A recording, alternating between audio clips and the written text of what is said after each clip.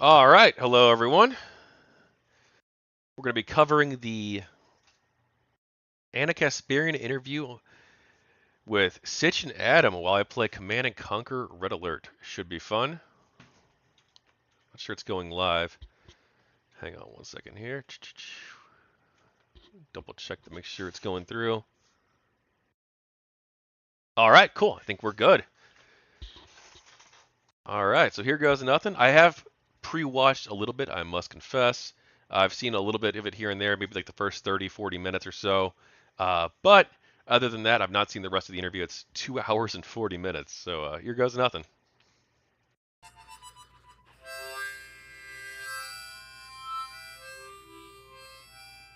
Hey now, it's your boy PSA Sitch here with another Sunday show with everyone's favorite Supreme Court enthusiast, Adam Friended. Oh, yeah. I've been reading up on the Supreme Court, Sitch. I'm learning so much about how our country functions. It's amazing. And we have, look, a special guest with us here today, Ana Kasparian, co-host of The Young Turks.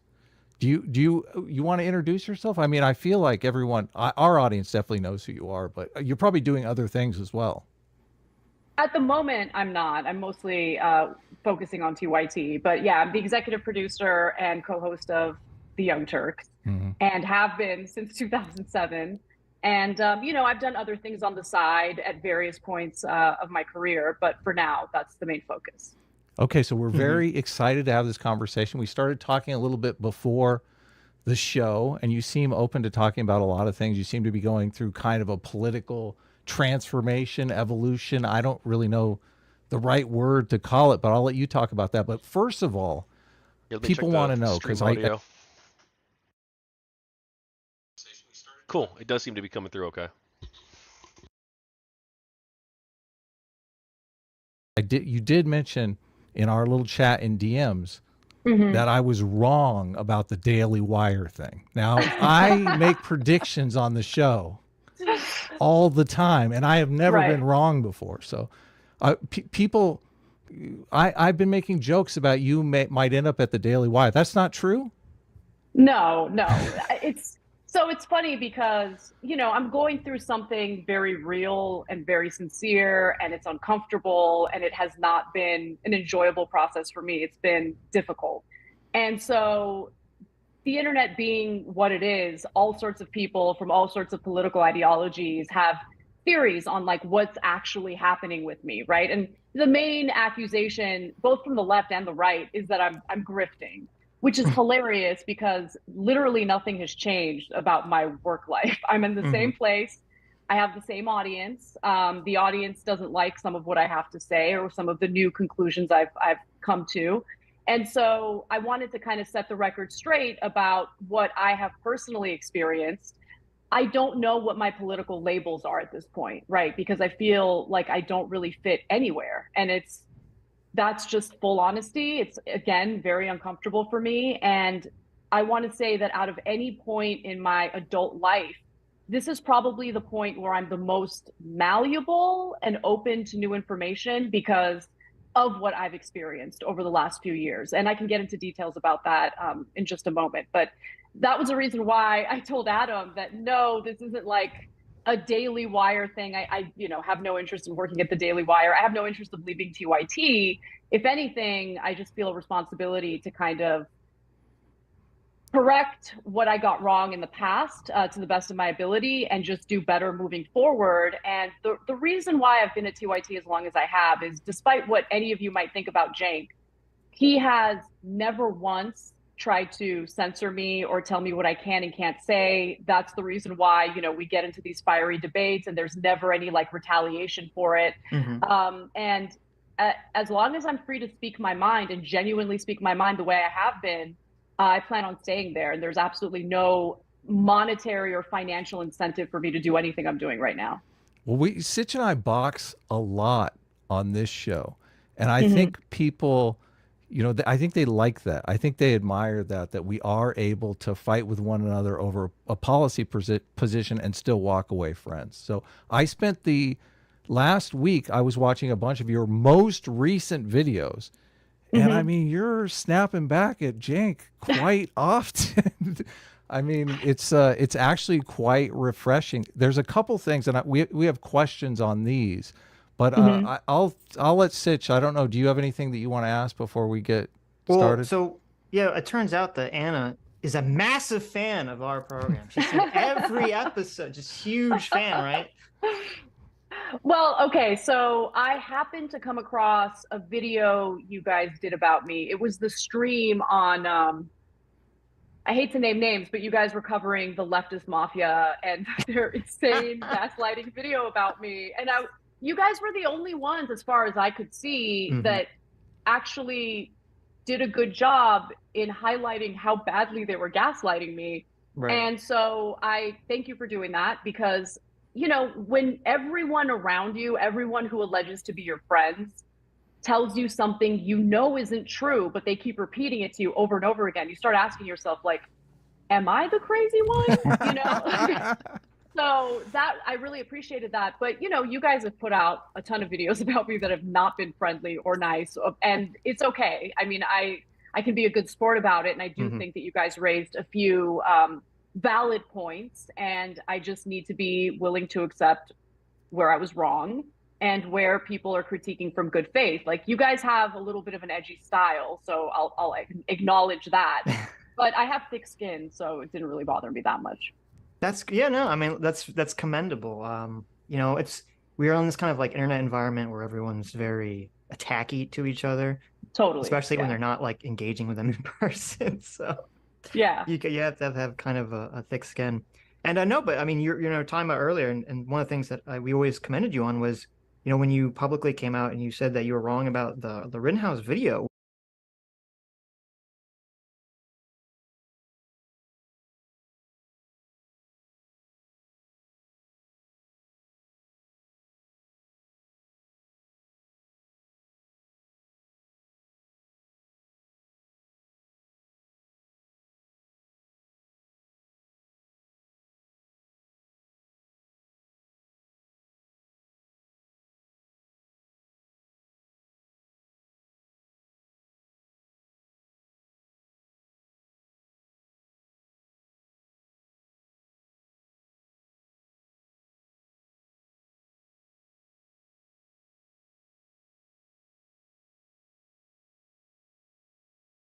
Which, I mean, most people, when they make a mistake, they just try to hide it or they try to shift blame. You know, Jimmy Dore very, you know, famously shifted blame to his producer.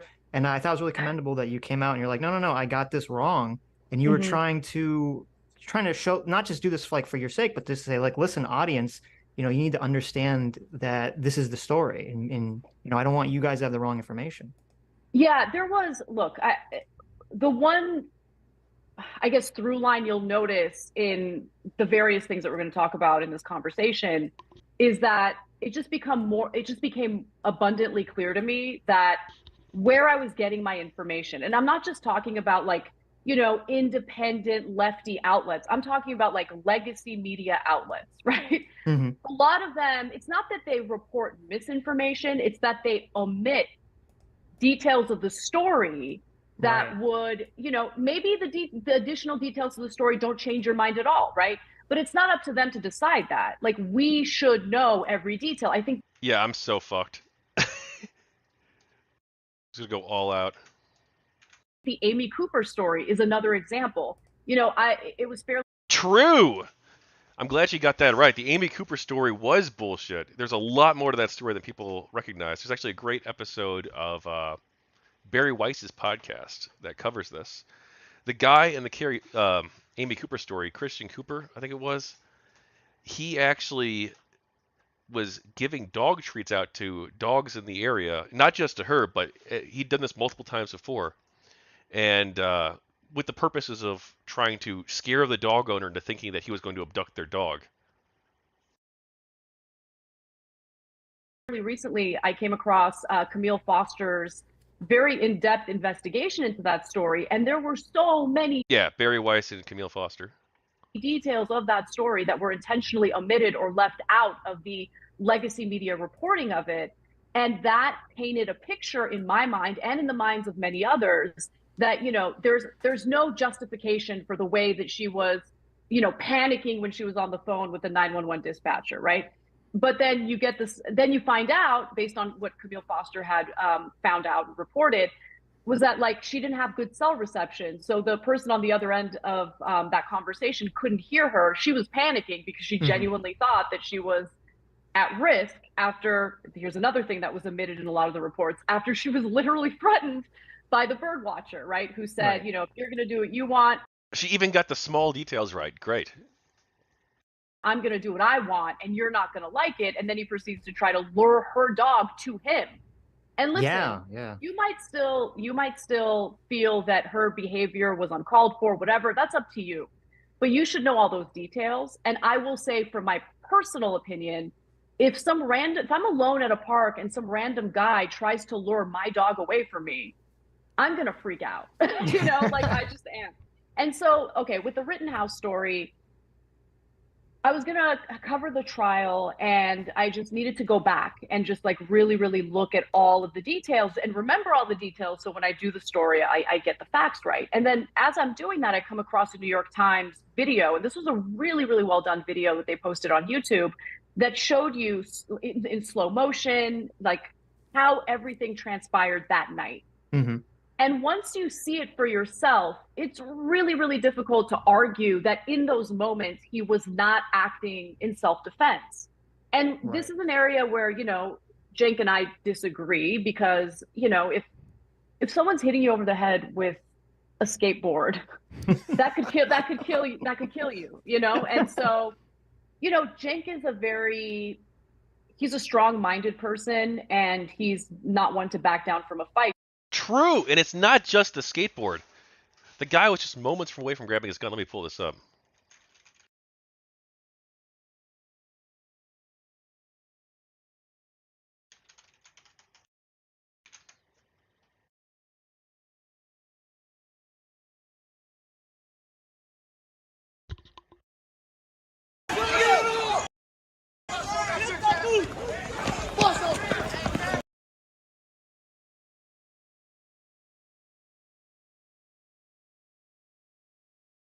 Are you kidding me right now?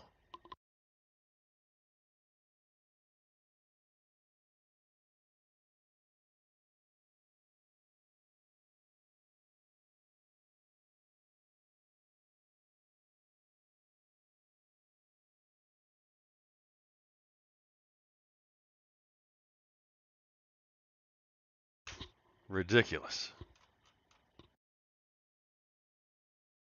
Here, I'll find it off YouTube.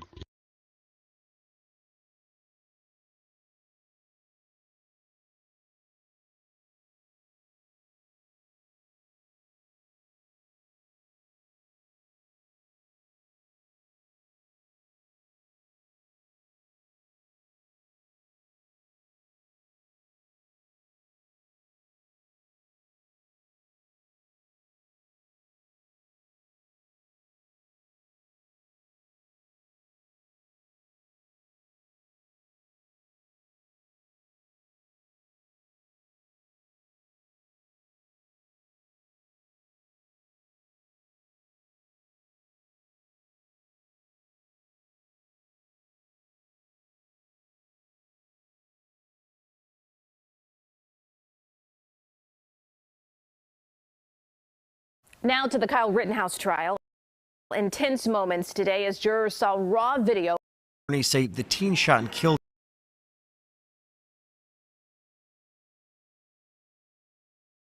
Now to the Kyle Rittenhouse trial. Intense moments today as jurors saw raw video from the night of the shootings. Rittenhouse. Another man injured. The jury also got try and chase him down, including Anthony Huber, who hit Rittenhouse with a skateboard. Rittenhouse's attorneys say the teen shot and killed Huber in self-defense. A third person was shot.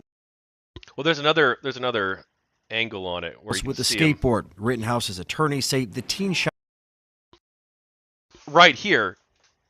This whole altercation right here. and killed Huber in self-defense. In the crowd try and chase him down, including Anthony Huber, who hit Rittenhouse with a skateboard. Rittenhouse's attorneys say the teen shot and killed Huber in self-defense. A third person was shot and injured. Corey Washington also.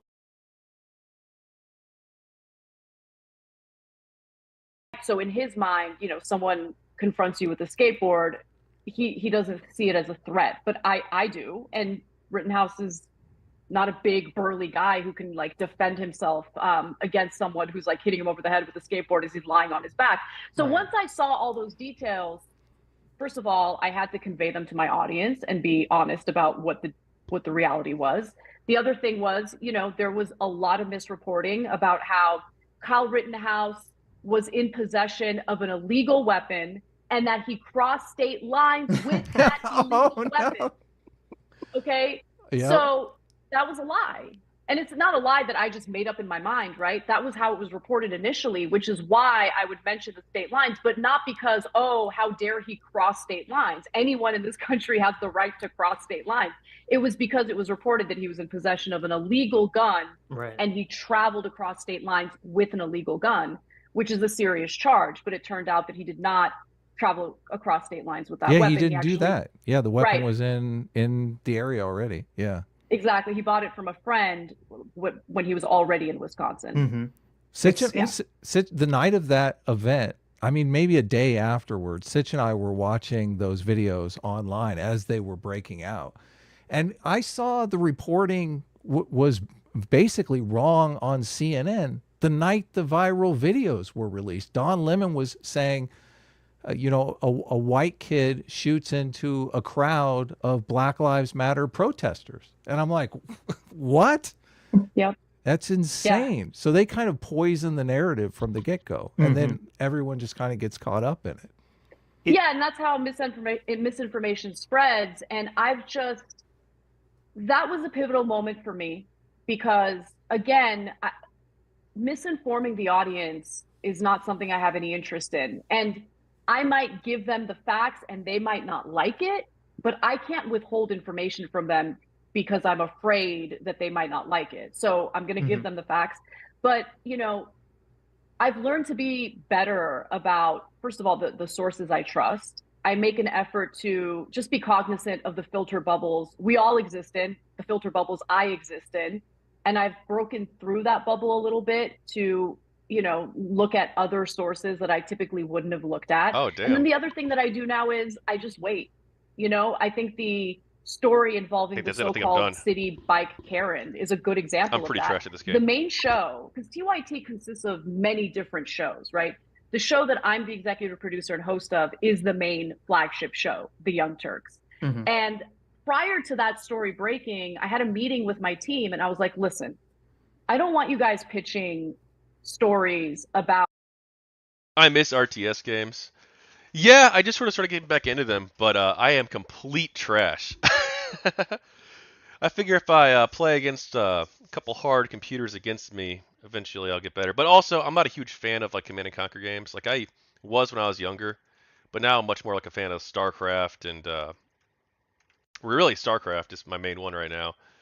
But Command & Conquer can be fun. I feel like the older games are very imbalanced. It's basically just a tank rush, which I've not really been doing. But supposedly with Remastered, they rebalanced some of it. So we'll see how it plays. Random individuals in the country who are caught in an out-of-context video allegedly behaving badly. I think these stories are divisive. I don't think we usually have the full details before we talk about these stories. And honestly, at the end of the day, engaging in these witch hunts is actually causing more division and hate in the country than anything else. So like, if there's a story that's particularly like jarring and you guys really do want to cover it, that's fine. But just understand that we are going to wait. Like, we are not in the business of breaking news. I don't give a shit about being the first in reporting the story or whatever. I want to make sure that when we do, we actually report it correctly and we don't have egg on our face later. Now, there are a bunch of other shows on the network that I have no say over, that I have no control over, who, inaccurately reported on it and had to issue retractions. They had to take videos down and all that stuff. And I just think that was a teachable moment, hopefully a teachable moment for everyone in the company. But certainly, this is an ongoing conversation I have with my team. And luckily, I don't know how I did it. I feel like I found unicorn producers because they're really smart, super open-minded. they're less interested in this left versus right or partisan garbage, and they're more interested in making sure that if we're going to report stories, we get it accurate. And so we're moving slowly but surely in a direction that I think is better, not just for the show, but I think better in terms of like what we add to society. Like the last thing I want to do is be the other side of right-wing disinformation, right? Like if we're going to be critical of disinformation we see happening in various videos and that are produced by other people, we should at least look inward a little bit and make sure that we're doing our due diligence. Yeah, it's interesting you were saying how with the media, a lot of the misinformation comes from like they leave stuff out. And that's been my experience too, is just this intentional leaving out of key information, or they'll like the headline or the subsection will kind of frame something in a very specific way. So even when you get to like kind of the contradictory information, your mind is already like made up by that point, so it doesn't matter. And so it leads to this kind of effect where like once a person once that story hits that, like you or me or anyone, because I On 360, yeah, I actually played Command & Conquer 1 on Nintendo 64 back when I was a kid. I played the heck out of that game. And then also I played, I think, the PS1 port, though that was slightly different from the PC version. I think they called it like Retaliation. It had some like different maps and stuff on it. This is Command & Conquer Remastered, but Red Alert. They remastered 1 and 2. Or, sorry, 1 and 2. They remastered the original and Red Alert with the expansion packs. Right now I'm playing without sound on because I'm trying to listen to the show. So I have to build a radar dome right away, which puts me at a disadvantage because I'm wasting all these resources on building a radar dome. Because if I don't, I won't hear when my base is being attacked or when my forces are being attacked off screen. So it is putting me at a bit of a disadvantage. I have to go for this so early. But whatever, it's cool. kind of went to the same experience where like once something hits me in a specific way, like it's like I'm free of the matrix. Suddenly I'm starting to see like things a little bit differently. All the dominoes kind of start to fall, and I say, oh wait, I start to see like where all the misinformation is coming from. Was the Rittenhouse thing like, was that like the key moment, or was there something else that kind of like made you shift your thinking? So that was one of the pivotal moments, but honestly, I would say everything for me started when I started getting gaslit on the crime wave.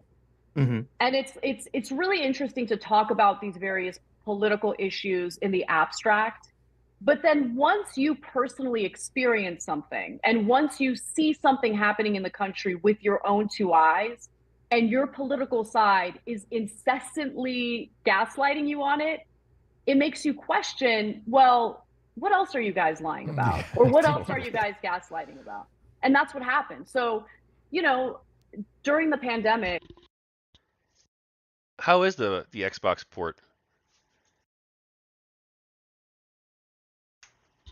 There was absolutely a crime wave in the country, mostly in like major cities. Los Angeles happened to be one of them. And, I talked about how I, was assaulted. Well, actually, let me give you the details again, because there's an element to that story that I've never shared with anyone that also explains where my head's at now. So, as I was walking my dog one day, there were these two guys. They appeared to be homeless. They appeared to be on something. They looked like they might be methed out or something because they were kind of acting erratically. But, typically when I come across guys like that, if I ignore them, they won't do anything. Right. That wasn't the case this time around. They're coming toward me, and my dog, Charlie, like he does his business. And as I bend over to pick up his business, one of them grabbed. Pretty good for a console RTS. That's good. I know it's very difficult to get right. There's actually been a few of them that I've been kind of impressed with over the years. Like Battalion Wars on GameCube I thought was decent. That was more of a real-time tactics game than RTS. Halo Wars I thought was okay. But yeah, it's really difficult to get that right on console. Me by my hips and just like with an erection and everything just starts like humping me like right there in like broad daylight. And it was terrifying because like I didn't have any weapon with me, no taser, no pepper spray, nothing. And luckily the guy, he did that, and then he and his friend walk away while they're like laughing at me. And I felt so degraded, scared. And like the Right. first thing I did is I called my husband, and he came down and he's like, "Where are they?" And he started looking for them. We couldn't find them. The cops wouldn't come. Like we actually had an incident in front of our building like a few weeks prior to that. That was really scary. We called the police, and the police just wouldn't come. Like, it was amazing.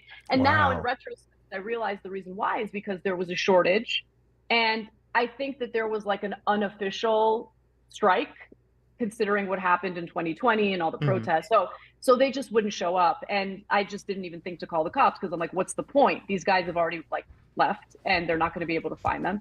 But anyway, I opened up about that, and I also started opening up about, you know, just what the statistics were indicating in regard to crime and how it's obviously having a negative impact on all communities, but mostly the communities that like BLM and leftists claim to care so much about, the disadvantaged communities. You know, crime on the metro system in LA has been unbelievable. And the majority. That's actually a really good point. That Black Lives Matter and a lot of like leftists like claim that they love, you know, they want to protect black people from being killed by the police, but the number of unarmed black people killed by the police each year is actually very small, whereas the number of people who are killed due to just like normal violence and gang violence is like really high, but we don't hear very much about that. Of people who take the metro, who take buses and public transportation, they're usually like immigrant workers. They're usually, you know, blue collar workers who, you know, don't have enough money to buy a car, for instance. And so I was like, why are you guys cool with just having these people deal with this kind of violence? There was like a phase last year where people were literally being set on fire randomly on Wow. buses. And that would get no attention, no news coverage, and it would infuriate me. And so when I opened up about what happened to me in my own neighborhood, what I thought was telling was how everyone, not everyone, but some people accuse me of pushing racist stereotypes. But I had never, ever disclosed the race of these two individuals, ever. Yeah. But they just assumed.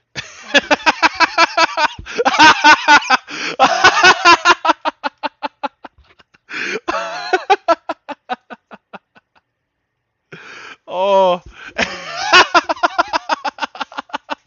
I mean, that probably says more about the person who made the assumption. If you're like, oh, hey, these homeless people attacked me. I think they were on drugs or something. And you're like, oh, you shouldn't talk about black people that way. Like, I don't know. It seems kind of racist. I don't know. Like, why do you just assume that? Big UFC main event fight starts at 9. Oh, well, if you guys want to watch that instead, you're more than welcome to. You know, I'm just chilling here. It's a relaxing stream today.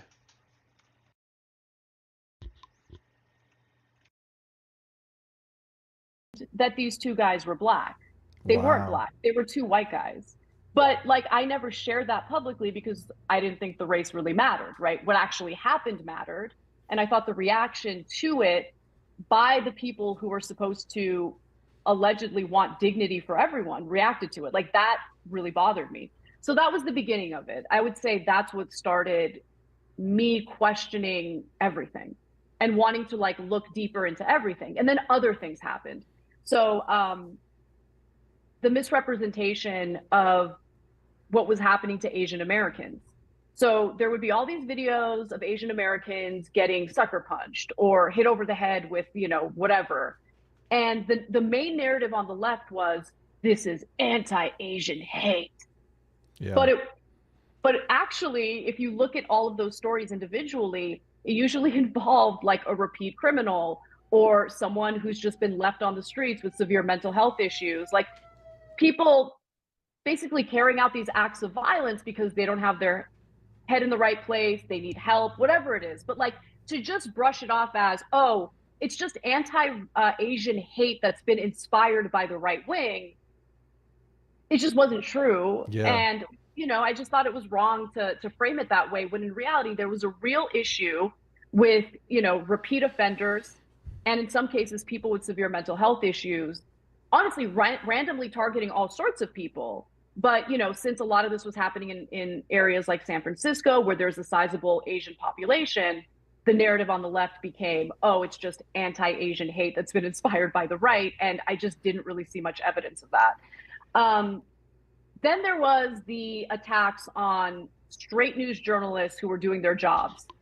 For instance, when Li Fang was reporting on the BLM protests, when he was accurately reporting on the BLM protests and some of the violence that took place during those protests, his own colleagues at The Intercept tried to paint him as a racist. I've known Li Fang for many, many years, since I started working at TYT.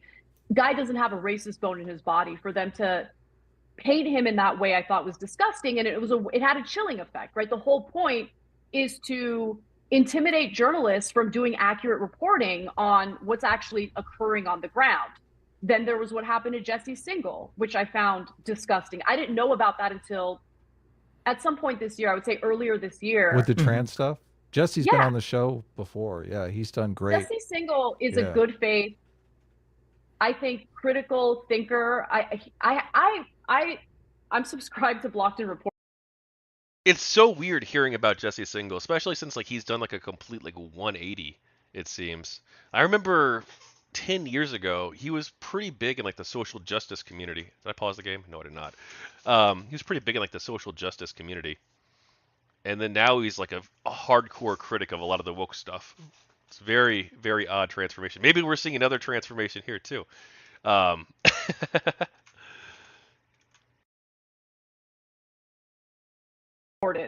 I have listened to endless podcast episodes from Blocked and Reported. I haven't seen anything from Jesse Singal that communicates to me that he is a transphobe, that he is a bad person. He did straight news reporting on basically what, some of the risks could be when it comes to transitioning literal kids with puberty blockers and then cross-sex hormones. And through his reporting, which I'm very sad to say I didn't really come across until this year, I learned that I was wrong about a bunch of other things, right? So for instance, it is a lie that puberty blockers are reversible. In some cases, they are not, and they can cause irreparable harm. And look, you might think, okay, but you got to do a balancing act. And if a child or if a teenager has severe gender dysphoria, and it would actually be better for that person to go on puberty blockers. Okay. This is what I tried to bring up in the conversation like 2 or 3 days ago. That it does appear, from what I've read, that there are actually some possible long-term side effects for puberty blockers. Now, I haven't looked into it too much. I don't know if that's in every single instance or if that's just for some people who have bad side effects. But also, yeah, it probably should be like a balancing act. Like it could be the case that someone, I don't know. I mean, it's a complicated issue, but it could be the case that someone is. When we talk about kids, it's so difficult. I don't really have a firm position on this. I mean, my default is to say, well, you should wait till you're an adult, but then I don't know if you're young, and you go through the puberty of the sex of your biological sex, that could have negative implications. Like I'm pretty sure it does can have very severe negative implications, because you basically can't pass, or becomes more difficult to pass. So it's a complicated and nuanced issue. I think we have to get like really, really good at finding out like who the actual trans people are, who the people are who like actually are going to have gender dysphoria and who are going to live miserable lives if they do go through that puberty. But you have to be like really good at diagnosing them, and that's why I'm a little bit concerned that we're not good at diagnosing. I'm not even sure if these radar gaps are useful against the AI or the camo pillboxes. I have no idea if they even help at all. But yeah, it's such a complicated issue, and I feel like it's not really a conversation that people are willing to have in good faith most of the time. And I'm glad I was able to last night. But we didn't cover this particular topic too much with the puberty blockers. I mean, we should be able to balance that out. But my point here is withholding the information because you don't like the information getting out there ain't the way to go, because that destroys any opportunity for us to actually have a good faith debate about what we should do moving forward. What are the pros and cons? So there's that, all of this stuff, it started adding up. And through listening to Blocked and Reported, I found out I got a lot of stories wrong as well. Rebecca Jones ended up being a liar and a grifter. And Oh, I wouldn't yeah. have known that. I wouldn't have known that had I not, opened my mind up to other voices Rebecca that Jones was everyone, the one that went after DeSantis, right? yeah, totally. Yeah. And she's a complete liar. And we uplifted her, we enabled her, and I feel disgusting that we did that. So I issued a retraction. Wait, what? The chronosphere can only take one unit at a time? I know it kills infantry, but I'm pretty sure this attack on their harvesters isn't going to be that great with one little ranger. Okay, all right. Well, there goes that plan. Yeah, get out of there, little ranger. You ain't gonna make it.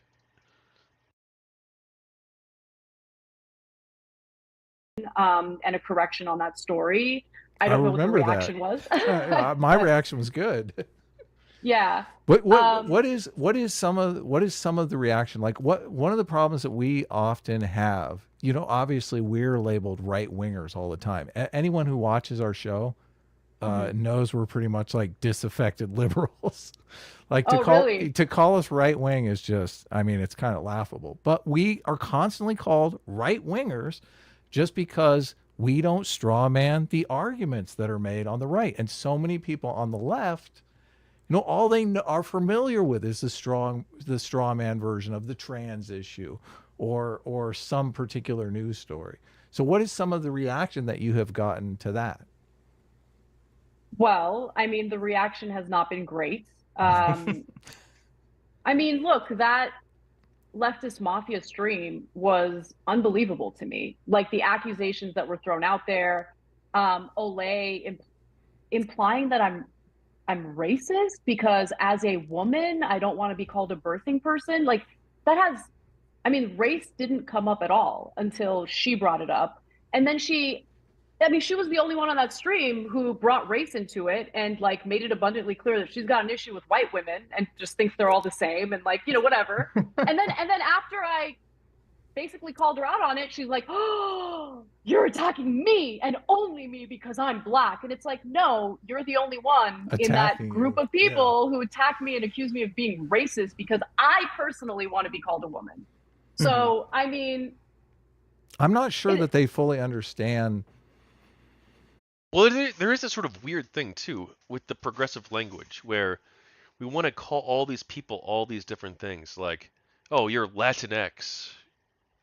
No, it was like 2% of let's 2% of Hispanics use like that term, Latinx polling.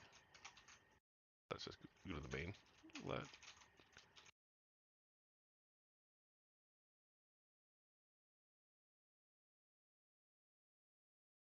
I've heard the term Latinx.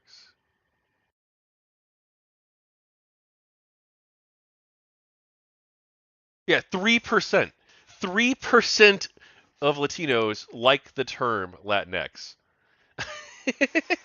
But this is like something that you hear all the time in like the mainstream media now. If you like listen to like left-wing podcasts and stuff, they're using it all the time, or they were a few years ago. Maybe they've moved away from it since. But it's not just that; it's also birthing person. That's extremely cringe language for women, and even with the trans thing too. There's this weird desire to call people cis hetero or whatever. It's like I don't know where this term came from. Maybe it was used in like academic settings. I don't know, but no one ever used this term until a few years ago. And then now it's sort of like just sort of like become like this default thing. But like I don't know of anyone in real life who's like, "Oh, please call me a cis woman or cis man." Like I mean, I am not trans, but I don't like identify as cis. Like it's a sort of this weird label that people sort of foisted upon me. And I don't think I like it that much, actually. The damage that accusation can do, and if they do, Oh, that makes they it even understand. more. They understand. Okay. They I understand. mean, that makes it even more horrible. I think she published a video of you that was you saying the N-word, and it was back when YouTube didn't have this big prohibition on saying the N-word, and you weren't. It's not like you were calling people the N-word. You were using it, quoting stories. So all of these are taken out of context, which is completely unfair. Yeah, I mean, look, so it's really funny because that compilation video wasn't made by her. If you guys remember, at some point last year, everyone was going after Rogan for saying the N-word. And so Yes. someone on the left had made a compilation video of all the times he had said the N-word on his podcast. And then in response to that, someone on the right made a compilation of all the times like I had said the N-word, right? Or me and Jenkins. So I don't know how the ore works. Like I know you're supposed to build ore silos. I guess there's like a cap on how much ore can be processed into credits, but I'm not sure what like the exact trade-off is, the exact disposition. Yeah, they're going for the chronosphere. Not that it really matters. It's not even that useful. Unless I'm using it wrong somehow.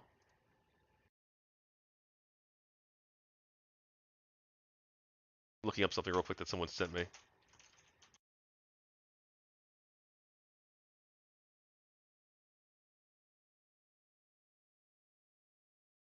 Something about someone called Eliza Schaefer. Oh, apparently he's a podcast guy.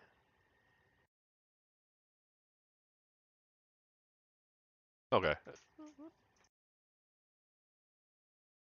Had said Yeah. so someone on the right made that video, and we all look, we had a company meeting, the producers, everyone, we got together, and this is like years and years ago. The last time we actually uttered that word on air was in 2012, but we I probably sat shouldn't have down, we built it. talked about I shouldn't have built it so close to there, but I was going to expand up here, but whatever. whether we should actually say the word when we're quoting someone that we are condemning as racist, or should we sanitize it and say N-word instead? And so we had a vote, and we decided at the time. Cis reminds me of cyst. It just doesn't sound good. No, it doesn't sound good. You're right. It just sounds weird, and it doesn't sound like a word that people naturally would use. Right? Like straight, okay, you can get that. Gay, you can get. Well, gay used to mean happy, but like I feel like those roll off the tongue easier. But like cis, you're a cis man, cis woman. Like it doesn't roll off the tongue. That it was better to actually read the quotes verbatim as opposed to sanitizing it. And people are gonna like clip this and be like, "Oh my God, he's complaining about cis. He's a total Nazi who hates trans people." It's like completely couldn't be further from the truth. But but yeah, I mean, you can't talk about stuff these days. It feels like maybe that's an exaggeration, but it does feel that way. And I knew it would eventually come back to bite me in the ass, and it did. And I'm not going to apologize for it because context matters, intention matters, and what people like Olay are trying to do is true. Intention matters. Like this is something that people on the left just don't seem to get. Like it matters why you're using a word. I don't like this idea that words are off limits. I don't use racial slurs. I don't really feel the need to do so. But I'm like, I don't have this like weird fixation like, well, if you use this word that you're a racist. Like it depends on how you use it, right? Like if you're talking about whether or not you can use the word, if you're talking if you're singing a song, like people got into trouble before because they've sang songs that have the N-word in it and they're not black. It's just ridiculous. It depends on the context in which you use it. If you're using it in a hateful context, if you're talking about how you have like some weird conspiracy theory about the Jews replacing white people or something. I better pause the game. The Jews replacing white people or something, and they're bringing in all these, and you use like the N-word. It's like, well, yeah, then you're using it in a hateful context. So then you're doing it to promote hatred of other people, and that's wrong because you're promoting hatred of other people, not because you used a word. The word itself, like you could say racist things without using racial slurs. erase all of that, right? Yeah. To make it seem as though intention is totally irrelevant, context is totally irrelevant. If she says someone's racist, then by definition, that person is racist. End of story, period. And I just disagree. I also disagree with racism of all sorts, right? So I find it disgusting when people make generalizations about Black people or migrants or any group why would I somehow be okay making This map's kind of poorly designed because you can basically only attack from like one angle from each base. Unless you got like spawned in the middle there, or spawned in the middle here with two bases here. But you can't like do a pincer attack where you attack here and here unless you clear out this enemy first. generalizations about white women or white people, right? So I find it gross and divisive. And look, at the center of all of this is I've been doing this shit for like 17 years and things have gotten worse. And I just don't think whatever strategy the left thinks they're engaging in is an effective strategy. I think it's actually caused more harm than good. I think their rhetoric and their discourse is a lot of times ignorant of the facts. And I think that they go around accusing people of doing things that they themselves engage in. And I was part of that too. I'm trying to do better moving forward. But a lot of people are going to look at this and think, oh, well, then that means she's a right winger. Whatever. You can call me whatever you want. I don't care what you label me as, but Just not birth in person. don't call me that. Okay, that was pretty going from Adam.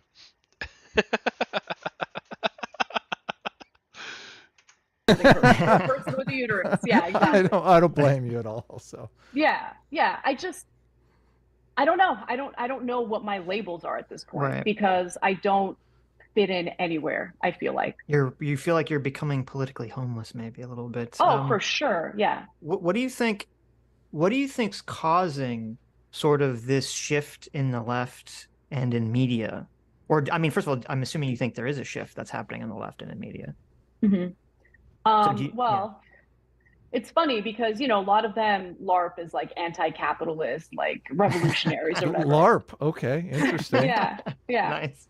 But it's true. And so it's really funny because what they do is they are positioning themselves to attract a very specific niche in audiences, right? So they're going for the purists, the people who like to think of themselves as like far left, communist, socialist, whatever. But like the whole thing is, I mean, you can see it in the various streams. Like they'll talk about things through the lens of we're the most pure, like we're the most sincere in what we're saying, whatever. The real left. Like, yeah. Exactly, we're the real left. So when they do that, what ends up happening is they become more and more extreme in what they are saying, right? In what they claim to believe.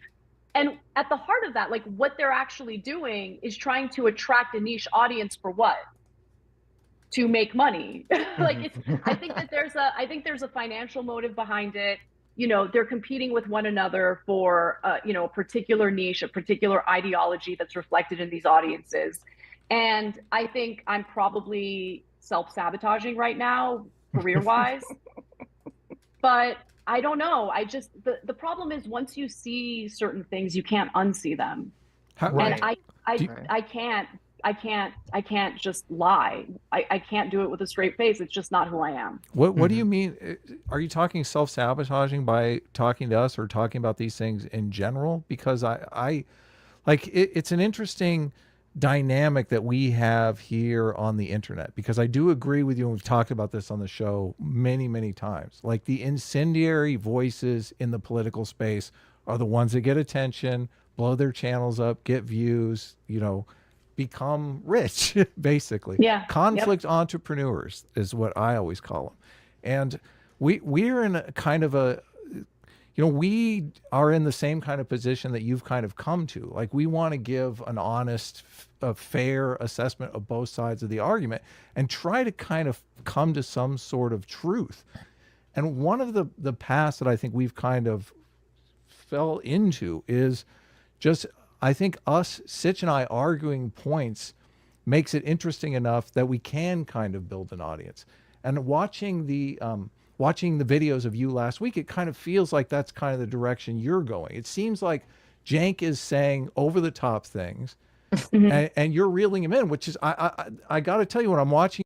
To be clear, if anyone's watching this and hasn't followed the story, this was streamed 6 days ago. Shink has also criticized some aspects of the left too, and since this has come out, so. your show, I'm going, oh, look, Anna is just like Sitch. She won't let Cenk have any fun. Are you saying you're the one saying over the top things? Look, constantly. And Sitch is like no, Adam, that we don't know that yet. So, but I think our audience understands that there's a little bit of a dynamic going there. That's fun, but at the same time, they are getting the information. So, unfortunately for my reputation, it's like, don't listen to Adam. He's always. That's funny. Yeah, I mean, again, credit to Cenk, because he's not like one Cenk, not Sink. Sorry. of these like people who get super offended if you correct him right there on the spot. It's just, I kind of went along with some of the more hyperbolic commentary, mostly because I was reading the same sources and I had the same, I think he's doing better and better. Like we have a lot of conversations about a lot of these issues privately, and I'll just be like, look. See, Sitch does the same thing to me. Yeah. And I'll just be like, look. I mean, before he was gonna go, he asked me if I thought it was a good idea that he was gonna go debate Destiny, and I said no. And it's mostly because I see a lot of clickbaity stuff going on in that realm too, like with some of the debate stuff that takes place. But also I asked him, like, what are you guys going to debate? So first he said, oh, we're going to talk about like the Democratic Party and our disagreements about it. I was fine with that. But then he mentioned, he's like, and then we're going to talk about Rittenhouse. Oh no. Yeah, I did watch that debate. It was pretty good. Pretty entertaining, I should say. I don't know about good. But yeah. Cenk's arguments on the Rittenhouse thing weren't great. He did all right when talking about the economy. I mean, I broadly am pretty progressive. I think we should have universal health care, things like that. And I'm a bit disappointed that the Biden administration they didn't rather push more for this stuff. Now, it's complicated because of Congress and because of gerrymandering in Congress, which produces certain outcomes. And that's obviously something we have to get rid of and move away from. But yeah. He did campaign on a public option. We did not get a public option. No. So he knew Rittenhouse was going to come up. Yeah. I think they agreed on the topics ahead of time. Okay. Wow. Okay. And we had to look. Cenk is his own man. The best I can do is share my perspective. And I just told him, I was like, but he was acting in self-defense. He was like, But look, Cenk just has a different perspective. It is what it is. Like, I'm not here to talk shit about Cenk. Like we and again, I want to give him credit because we can have the conversation on air, this exact conversation, and he's going to say the exact same thing. I'm going to say my piece, and it's not going to lead to like an uncomfortable relationship with him. It's not going to lead to retaliation. And I really commend him for having an open mind. But to him, he just disagrees about it being self-defense. He thinks like he didn't need to like shoot the gun. He didn't need to kill people. I hear you. I wish it didn't end that way. But if I were in his shoes, I would have done the same thing. Yeah. I probably would have prayed and sprayed. So, I mean, Rittenhouse did the right thing. Like, it's a good thing he was in control of the weapon instead of me. So, yeah. It's funny that like, yeah, this gets thrown around a lot. Like people accuse you of grifting or other people of grifting when they start changing their beliefs, even though it's like you're changing your beliefs in a way that would like be more likely to hurt your career as opposed to help it. I know. Yeah, it's like insane because you know what so many people on the internet want is they just want you to choose one side very comfortably and to like fit into it and to just say like these are the hyperbolic talking points. And then if you're like, well, let's add some nuance here, which pisses off your audience. What the hell is going on like, with well, this? You're a grifter. Hang on. Do you see these harvesters? They're just like all just chilling out. No wonder I'm not getting any income. Shit. Like, well, who am I grifting to exactly? So I'm going to stick up for my audience a little bit because to their credit, I think the majority of people in the audience are open-minded and are open to new information. I think that there is a small but very loud minority in our audience and on the left in general that really give the left a bad name. I think they're overrepresented on Twitter. and they're children. They act like children. I think some of them literally are, like minors, and they see everything. And look, if they're young, I don't blame them. I think when you are young, it's a little more difficult to grasp nuance and how complicated and complex a lot of these issues are. You know, one of the things that Jesse Singles says all the time that I love, and he says it repeatedly, is it's complicated, because it is. Like, all of these issues are way more complicated than the way they're being portrayed in partisan media. And so what I want to do is actually understand those complexities. But here's the All right, so here's the plan. I'm gonna come in here. I'm gonna basically wipe out red. I mean, he's already basically been defeated because he doesn't have an SCV, a construction bay anymore. And then I'm going to get a secondary force, which I'm building up right now, and come attack from the right up here and then from below. Divide the enemy defensive forces. Well, shit, maybe this offensive here is not going so great. other thing. Understand the other side in good faith, okay? Because I think that there are some stereotypes that the left has kind of bought into about what the arguments are on the other side. And, you know, it doesn't make us sharper to misrepresent what the other side is actually saying. It actually makes us weaker. If you understand what their arguments are, it'll then allow you to reflect on what your own weaknesses might be in regard to the arguments that you're making. And so, and then one other thing, and this was an unexpected outcome that I was talking to my husband about just last night. I've been a lot happier lately, like a lot happier. And I think it's because once you actually, and look, I want to make the distinction and like draw out a caveat. I'm not talking about like far right, like militia members. I'm not talking about those people. I'm talking about just mainstream conservatives, Republicans, whatever. Once you actually understand what their arguments are or where they're coming from, it's a lot more difficult to be hyperbolic about things, right? Yeah. And so you kind of start seeing the world around you for what it really is. And there's a certain amount of fear that kind of starts to dissipate, a certain amount of like hyperbolic thinking that starts to go away. And you start to see things a lot more clearly. And the world isn't as messed up as people would have you believe. And that's a good thing. Now, some people might get super offended at me saying that because they've completely bought into the hyperbolic thinking and they think the world's coming to an end. And there are terrible things happening. I don't want to minimize that, but we need to be realistic about what's actually transpiring in the country. And for areas where we need improvement or different policy solutions, we should actually have good faith debates about it and come up with those solutions. And I think that the current discourse is standing in the way of that.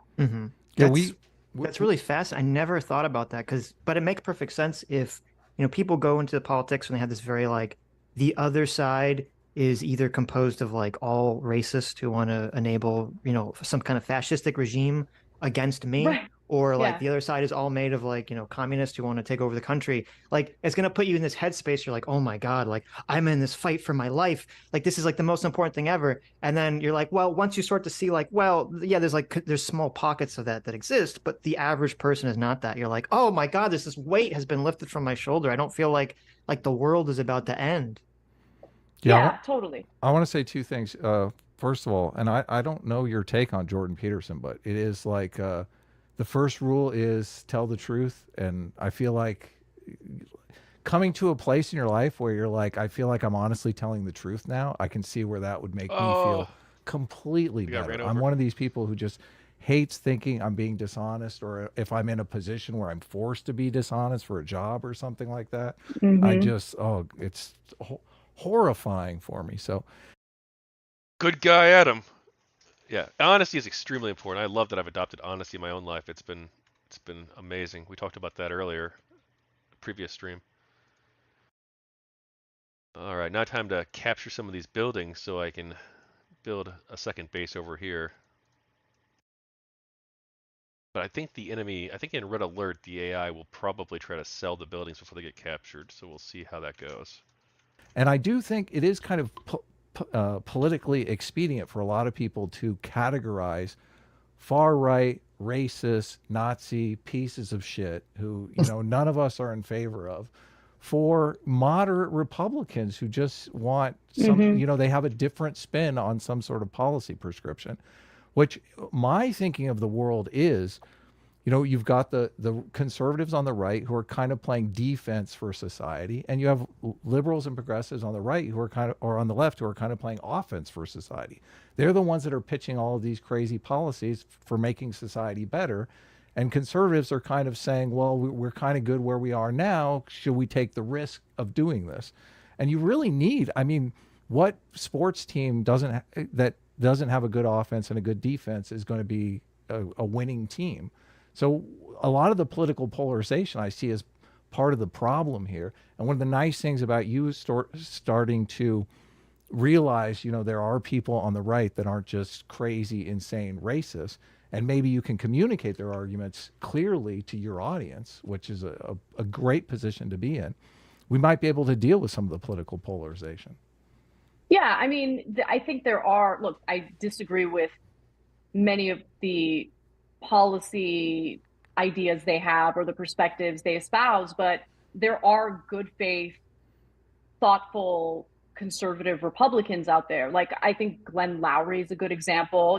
Again, I might not agree with everything he has to say, but he's a thoughtful person, and he is not in any way justifying, white supremacy or some of the like hyperbolic things that he might get accused of by those on the left. And again, it's really about understanding in good faith the other side and being able to, I guess, debate the issues, as opposed to, like, what I see happening right now is, I want the left to engage in the argument, as opposed to what I see happening, which is them engaging in like ad hominem in a lot of cases, character assassination, or like statements about the individual's character based on their preconceived notions and based on what they heard other streamers say about the individual. It's like, okay, just take a step back for a second.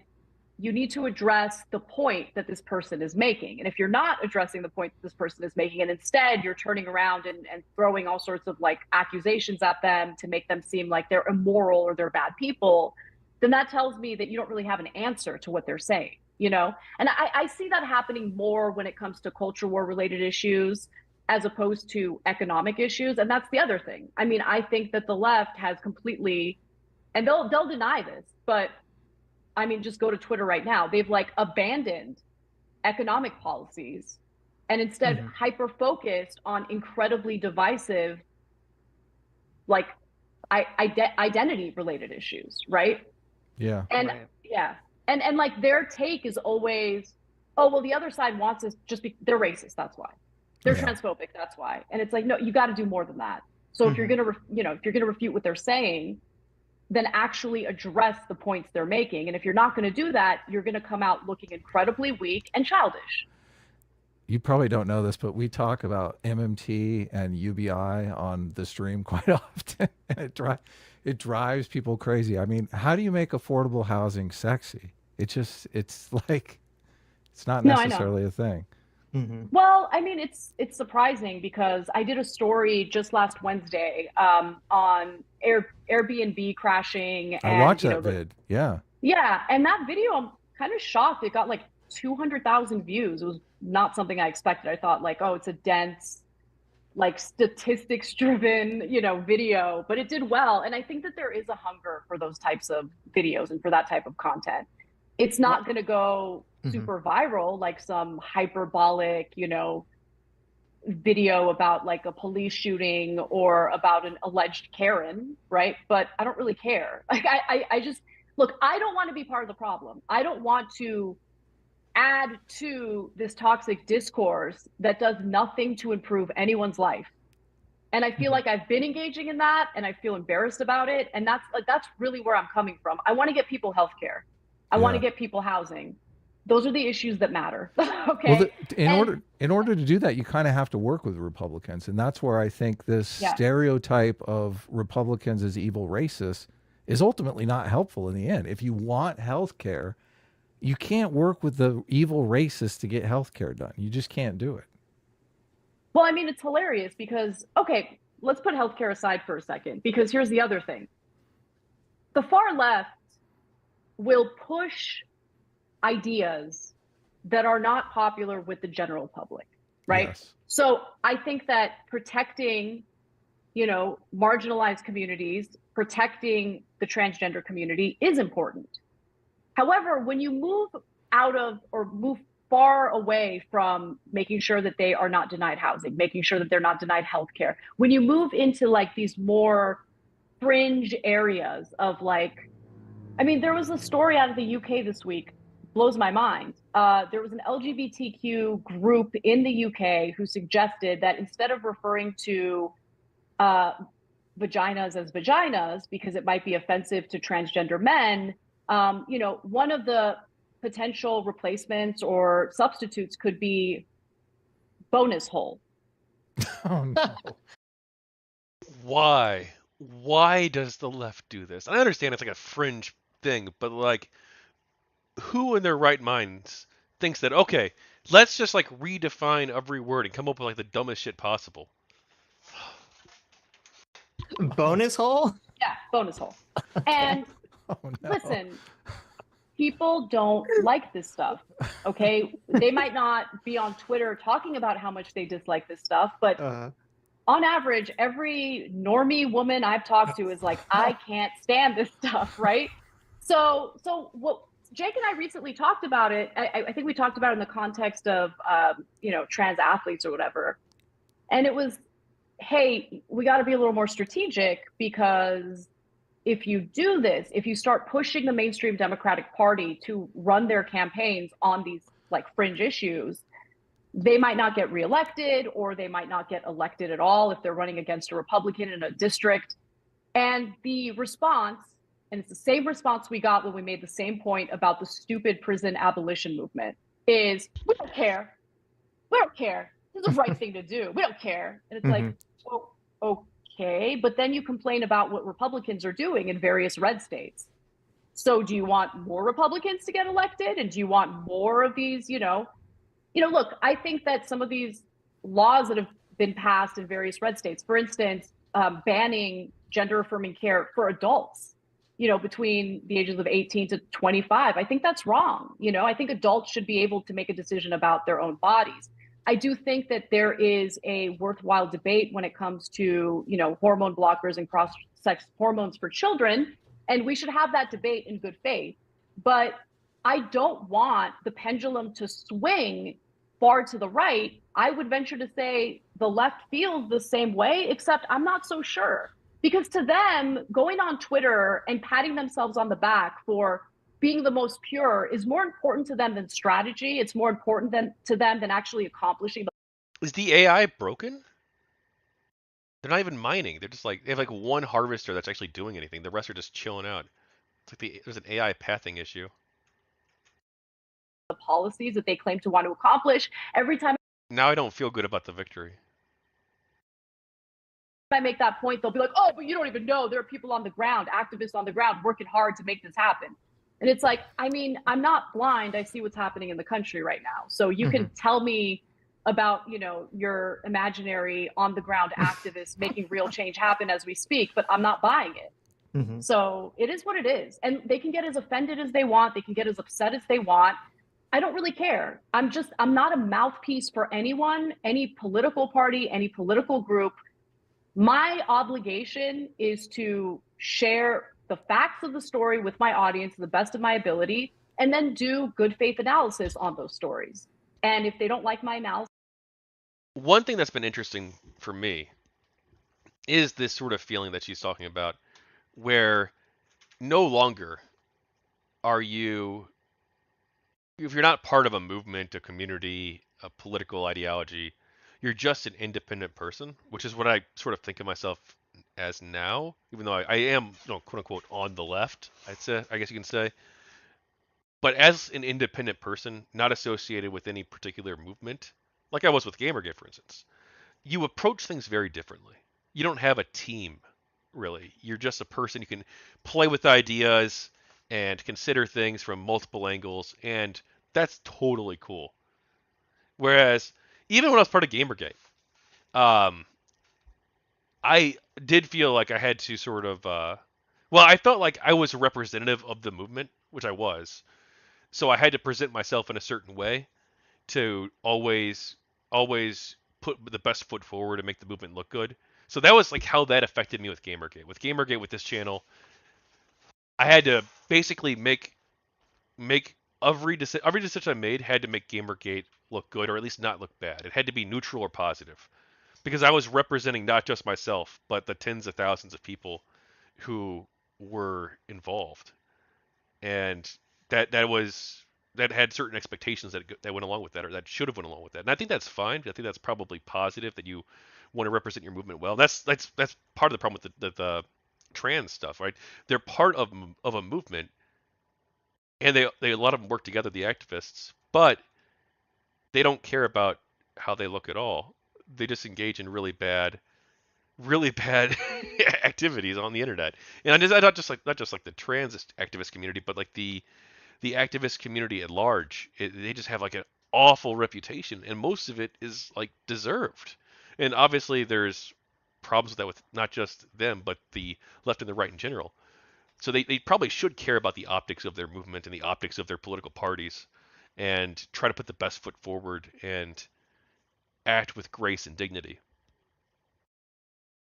But also, when you're not on a team, which I don't really think I am right now, you're really free to just think about things. Like I don't have like if somebody brings something up to me, let's say it's some left wing idea, right wing idea. Like generally speaking, when I talk about it or I think about it, I'm not like, oh well, I'm on the left, therefore my opinion should be X because that's the left wing position, or my opinion should be Y because that's the right wing position.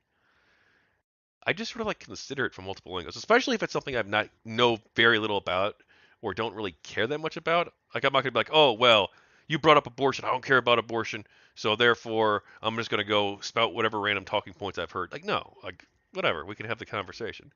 Although that's probably a bad example for me because I do have, I think, fairly well-formed views on abortion. But pick another topic and you can apply the same logic. They can make whatever decision they want about whether they support or watch the show. And that's why I say I might be engaging in a little bit of self-sabotage, because I don't know what the outcome of all of this is going to be. You know, there is no big play here. I'm not leaving TYT. I'm going to keep doing what I'm doing. And I don't know what the outcome will eventually be, to be honest. I have a kind of contentious take. I'm curious how you feel about it, where, I look at you called them the small, loud minority on Twitter. We have this kind of like far left identity obsessed, we don't care about practicality, kind of purity spiraling group of people. And, the reason I think that this is happening is that for whatever reason, there's been this shift among a lot of young people, especially online, where there's a shift away from the philosophy of liberalism into more of a socialistic philosophy. And do you see that happening from your perception? I do. I think that to some extent I subscribe to that. And look, This is actually an interesting question because there might actually be some truth in it. Like I used to sort of like say years ago, I'd say like, oh well, whatever. I mean, these people don't even know what socialism is, and that's true of both the left and the right. Most people who use the word socialist don't seem to know what it is. They can't define it. The worker ownership of the means of production would basically be the only real definition. That that one that everyone who's like actually a socialist would agree on, and two, that I think meets the actual dictionary definition of socialism.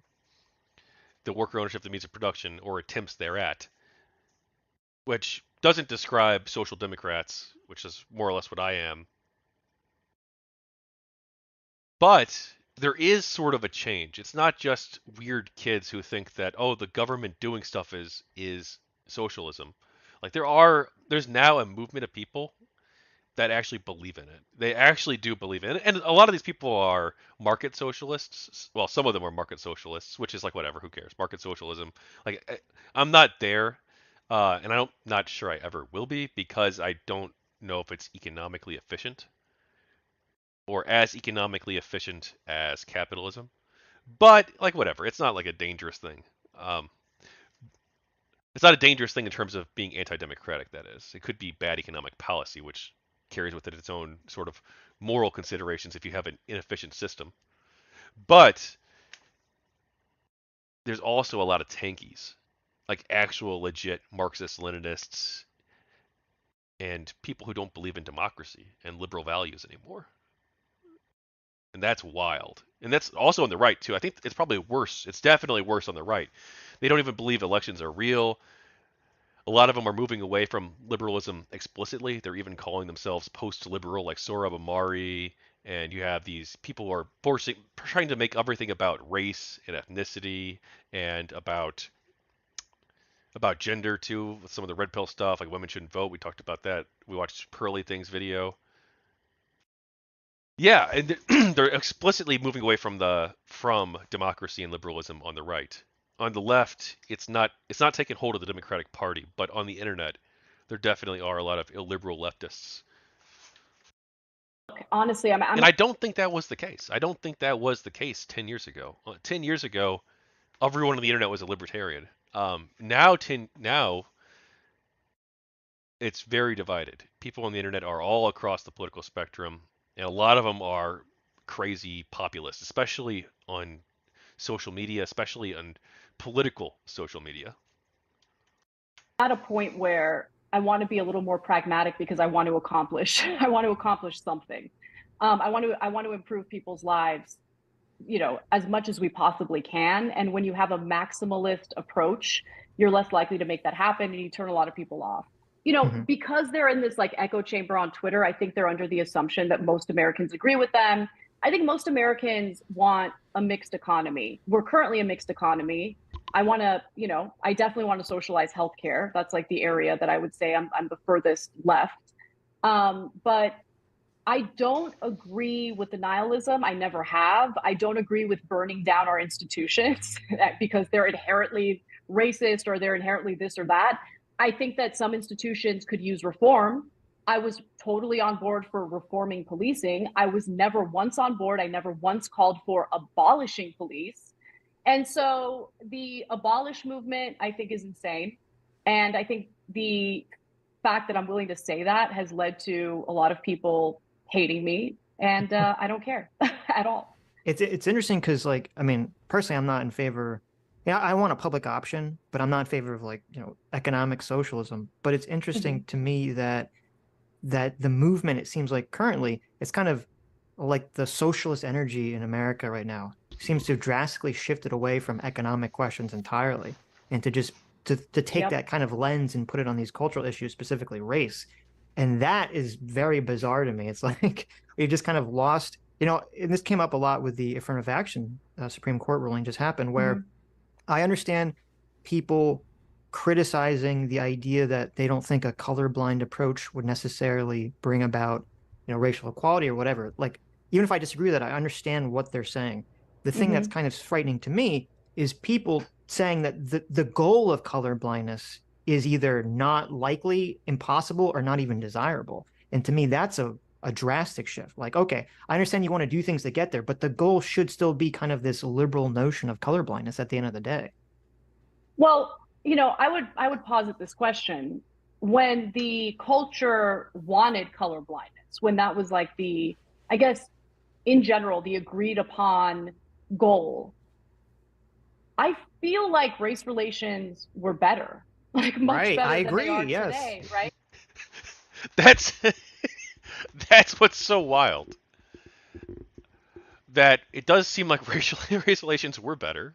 And now, if you are on the more like racially progressive side, or I don't want to call it the whatever you want to call it, like if you're talking like a diehard BLM person, they're going to say, well, they were better because there were certain issues that were swept under the rug regarding police, or I mean, I'm not sure what other issues they want to talk about, like, or regarding, let's say, the studies that showed. I did not pause the game. The studies that showed that people with black-sounding names are less likely to receive a callback from employers than those with more white-sounding or neutral names. So like stuff like that, like they would say that stuff like that was swept under the rug. That's why there was the appearance of things being better than they were. But it does seem like race relations were a lot better when I was growing up. Yes. So, look, I'm not gonna lie. Sometimes I'm a little scared or like I'm afraid of like talking to people who are outside of my race because I don't know if I'm going to unintentionally step in it, right? Yeah. Like Yeah. there's, and I hate that. I hate that. Right. Like there's this like, I don't know, it's like frigid, because like if all of the message is toward me and people who, you know, I'm Armenian, but still they call me white passing. So, you know, just got to go with that, right? If people who look like me are constantly told, you are inherently racist, okay, you are inherently a bad person. Mm-hmm. I mean, if that's the start, and I had this debate with Cenk when it came to our rhetoric in regard to the other side, right? If the starting off point is, you are trash and we think you're evil, Yeah, then totally. how does that, you're never going to move in a better direction. You're not going to move the country in a better direction. You're not going to improve race relations. You're going to make it worse. And that is what I see happening. I think a lot of the division is due to the backlash to that kind of rhetoric. And I think that, look, I think racism exists for sure. Do I think the majority of white people are racist? Do I think white people are inherently racist? No, I do not. I think that's crazy. Mm-hmm. Yeah. That's a racist stereotype. Yeah. I mean, it's just as racist to say, you know, black people are inherently dangerous and violent, right? That's a disgusting and racist thing to say. True. It is the same. Why is it okay to have some generalized stereotype about white people? I think that's wrong as well. Look, when we covered a lot of the critical race theory debate that was going around, it's kind of gone away momentarily, but I imagine it'll probably come back with the election coming because obviously they're going to use it to hit DeSantis. But I mean, a lot of, and Sitch can speak better to this than me because he's read a lot of the books on critical race theory. It seems like critical race theory is trying to promote this negative stereotype of whites, that whites are just inherently racist and that liberal society will never be able to be colorblind because of this inherent racism that they have. And they've even labeled it whiteness, which is like, we've had people on the show before that have tried to tell us, no, whiteness is just, you know, that's just neutral. And I'm like, well, I mean, if we were talking about criminality and wanted to label it blackness, don't you think people would kind of be thinking that's a little racist? Like, we probably shouldn't do that. So, but there, so many people who study this critical race theory stuff, they're like, you know, they're working on their PhD in it, like they're fully invested in the system. They've got some advisor that has studied it for 35 years. Like, you're never going to change their minds about this stuff. It's kind of, I don't necessarily know where we turn on it. I mean, look, for academics who have dedicated their lives to that type of curriculum, yeah, I mean, they've dedicated their lives to it. It's pretty deeply ingrained in their minds. It's kind of difficult to reverse that. But, you know, the whole thing, look, I don't agree with CRT. I don't agree with that theory. I don't, you know, whatever. But my issue with the right was that they were making it seem as though CRT, which is a graduate level curriculum, is being taught in like elementary schools and stuff. And so I would have preferred for them to be a little more precise in what they mean, right? Because if they want to say that certain elements of critical race theory have now infiltrated mainstream public school curriculum, okay, that's an interesting point to make. Can you show me where? Show me specific examples. Then we're having an actual conversation about it. But overall, I think that it's incredibly divisive in a pluralistic society to make generalizations about any group of people, to refer to any group of people as inherently evil or racist or whatever the accusation is. I think that you need to take people as individuals and... It was a massacre. A massacre. Judge them by their actions as individuals. And do I think that there are individuals in the country who believe in white supremacy and all of that? Absolutely. Obviously we have, you know, a pretty dark history when it comes to the way that we treated Black people in this country. I acknowledge that. But I think one of the issues that I'm also having recently is this notion that there has been no improvement. That everything has been the same. There's, you know, those race to dinner ladies, like they're special. You did a great job of framing the critical race theory very honestly, I think, about, you know, obviously critical race theory. No one's pulling out a book by Derek Bell in second grade and saying, hey, we're going to study critical race theory. Isn't it so much more intellectually stimulating to understand both the right and the left argument? I feel like it is, rather than just straw manning. But real quick on the critical race theory, I do think, and this is where I think they do have an argument, like they do these like privilege walks where they have all the kids stand out in the quad and they list off things like, you know, is English your second language? Well, I don't know. I kind of think like if you're bilingual, you have an advantage over me. I only speak one language, English, and frankly, not very good. So I feel like if you're bilingual, why am I the one that speaks one language taking a step forward and the bilingual kid is standing behind me? And that, I mean, you can make a direct link to CRT and that stuff. Well, it's interesting that you provide that example. So English was my second language. You know, my parents came to the country as refugees in the late 70s. You know, they escaped Soviet era Armenia, came to the United States, did not speak a word of English. They learned English eventually, right? But it took some time.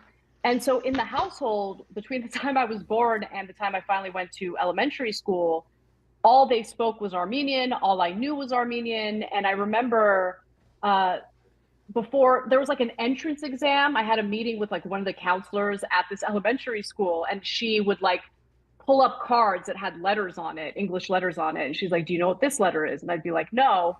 And I remember leaving that feeling like garbage. Like I left that and I was like, I'm dumb. I don't know anything. You know, I remember crying and like whatever. And then what I did was I forced myself to wake up super early as a kid to watch Sesame Street, and that's how I learned English. Anyway, I give you that anecdote about myself because it's a very personal thing, and luckily I have the kind of personality and the intellectual curiosity to like want to learn and to want to be better.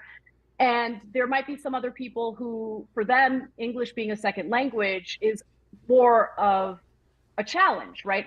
They might have more difficulty in learning or grasping a new language. So I can understand how that could be seen through the lens of privilege. But I think you also make a valid point. Once you've learned English in America and you still have the skills of a second language, in my case, it would be Armenian, that does tend to be a highlight or something that could be highlighted on your resumes or your CVs. So valid point. It just really depends on where the person is in their lives. Well, if their point is to teach people that some people have better advantages than other people, I'm not necessarily against that. Where they make it racial and the need to make it racial and create all these racial stereotypes around it, I just feel like, what are we doing here? We're taking steps backwards. Why are we doing this? Also, and I'm not sure like that, you know, teaching kids like, oh, this kid is privileged over you. I'm not sure the psychological effects that's going to have necessarily on the children. And it's kind of but also like the bullying that commonly takes place on campuses across the country. I mean, you're providing more fodder for that. Yes. I don't think exactly. I don't think that's really a helpful way to talk about, you know, race dynamics in the country. I don't know. I experienced none of that when I was in public school. And I feel pretty lucky that I grew up. Look, it wasn't perfect, but I do feel lucky that I grew up in the 90s because that was probably the peak of the attempts to live in a colorblind society. And I just feel like race relations were better then. Oh yeah. You know, obviously not perfect, but what I'm experiencing now is, again, incredibly divisive. And I don't like the generalizations about, you know, like white women, white people in general, the fact that, you know, every institution racism is deeply ingrained in every institution. We've got to burn it all down. And it's like, what are you guys doing right now? Like, what are you really doing, and what are you really advocating for? Yeah, and it's like, I agree that there's always messaging problems on both. Yeah, the white woman thing is actually pretty interesting. I kind of changed my mind on this. I watched a Destiny video, and he talked about how Karen has basically become a slur with the city bike situation, a slur for white women, and he's not really wrong. Like the way we've come to think about white women is, and white people in general too, is not great in this country from the left. Sides, when the right says like the CRT and everything, and it's like, well, yeah, they're not reading Kimberly Crenshaw papers necessarily in second grade, but there'll be some specific element, and yeah, it'd probably be better if they were specific and say, oh, they're doing privilege walks, or they're talking about how there's inherent racism built into white society, or they're saying that we want to deconstruct whiteness. There was some school, I forget where this was, whereas like in elementary school or middle school, they had a book that was like, it had a contract with devil horns that said, don't shake hands with the contract of whiteness or something like absurd like this. And so, I mean, it's happening all across, it was happening, like elements of it were happening across the country. And the problem is like, at the same token that, the right's too overbroad, maybe with saying everything CRT or being broad, like the left had kind of just the exact opposite, or not even the left, really, the mainstream media had the kind of exact opposite approach where they're saying, oh, none of this is happening. This is all like a fantasy. This is all a fantasy concocted by racists because they don't want to teach about slavery. They don't want to teach about Black history in America. Right. It's like, that's clearly not what they're talking, or at least I don't think that's clearly what's happening in these situations. Right. True. Now, I think there were a couple of like weird, like quote unquote like redneck people who were like, oh yeah, we can't talk about that. But like 95% of the discourse from the right was talking about like genuine concerns. And like you could disagree with those concerns, but they weren't saying, oh, don't teach slavery. Like that was such a massive straw man of their argument. I bought into that narrative hook, line, and sinker, right? Like the narrative of they want to erase any curriculum, any teachings about racism, about slavery, about the Jim Crow era. And I feel like a sucker, right? I just do. And yeah, and I don't know. Like, look, I can't control others. All I can do is control my own behavior. And so I've been kind of thinking of things through that lens. And the other thing I'll say is I have luckily, a very full life. And I have many friends outside of this space, outside of work. And they have really helped to ground me and give me the courage I need to do my job the way that I see fit moving forward. Because if your entire life is about this, about, what you do, the people who surround you at work, and if it's about making sure that you maintain those relationships, then their pressure on you to say certain things that you might not believe in is going to be far more effective. And so I've kind of, I use Twitter. Are you experiencing that? For sure, yeah. Are they pressuring you? Are you getting eye rolls when you're saying, look, you're really kind of misrepresenting the Republican argument here?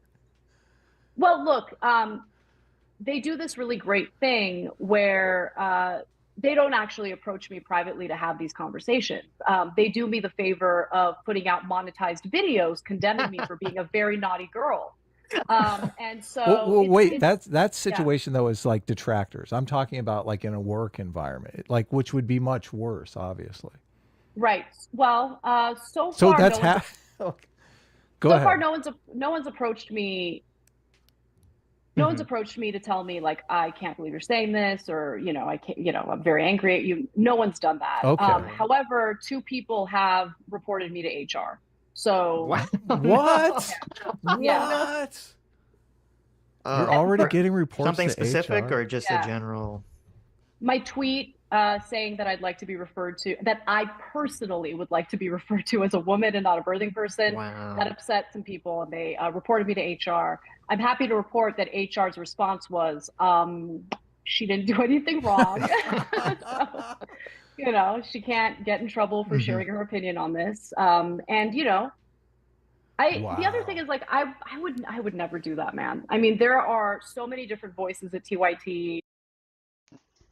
I wonder if the response would have been different if she wasn't such a major figure within the organization and possibly the co-founder, or at least a very high up figure.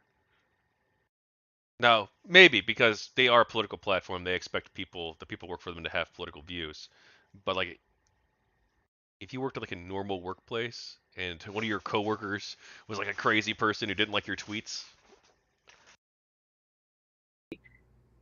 time to time, there are statements made that I find objectionable or I disagree with. And if it rises to the occasion of me having to say something, I'll approach that person and talk to them about it. I would never report them to HR. Like, what are we doing here? Yeah. We're doing political news and analysis. Yeah. Like, by definition, we're supposed to share our genuine and sincere opinions. Yep. Now, if I was doing videos saying horrific, hateful, racist things and I was targeting individuals, then that would be different. I've never done that and I never will. Mm-hmm.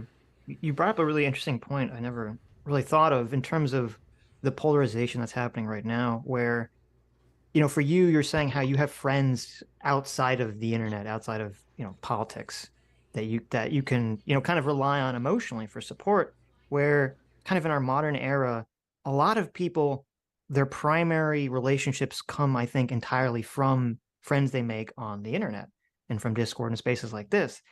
And so since we're kind of like splintering off, we're no longer in the time period where like everyone knows their neighbor and people have like a lot of generalized interests because they're just kind of like friends with the people physically around them. We're more specialized. We're friends with the people that share our specific interest, whether it be, you know, some kind of video game or movies or whatever, or in this case, politics.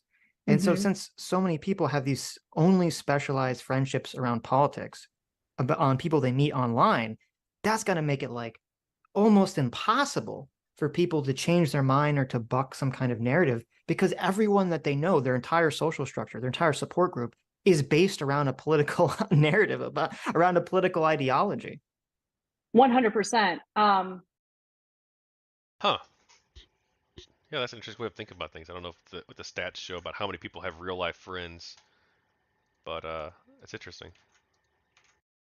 Look, this is hyperbolic talk, so I want to like make sure I mention that before I say it, but I keep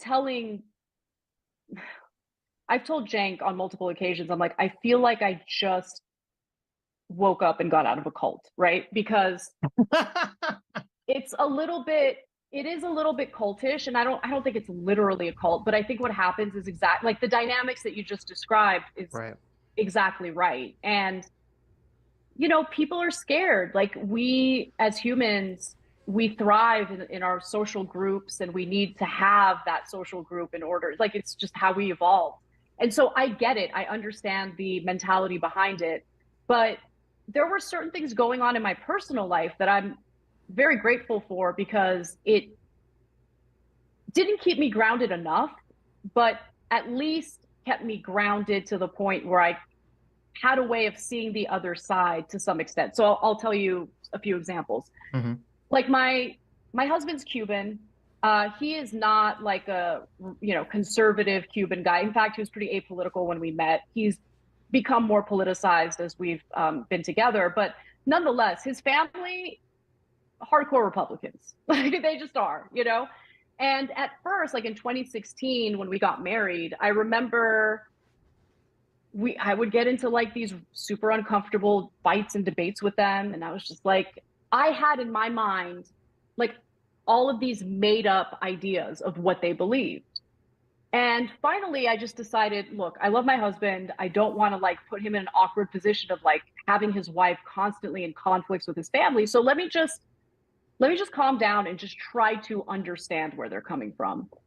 And then what I started to do was, instead of like challenging them, whenever they would talk about something like healthcare, for instance, so they think everything Democrats do is like Socialism. By definition, like they're all socialists, they're all communists, Right. they're all, you know. Right. And I look, considering the trauma they experienced, I get where they're coming from in that regard. But you know, I wanted to kind of like convince them that's not the case.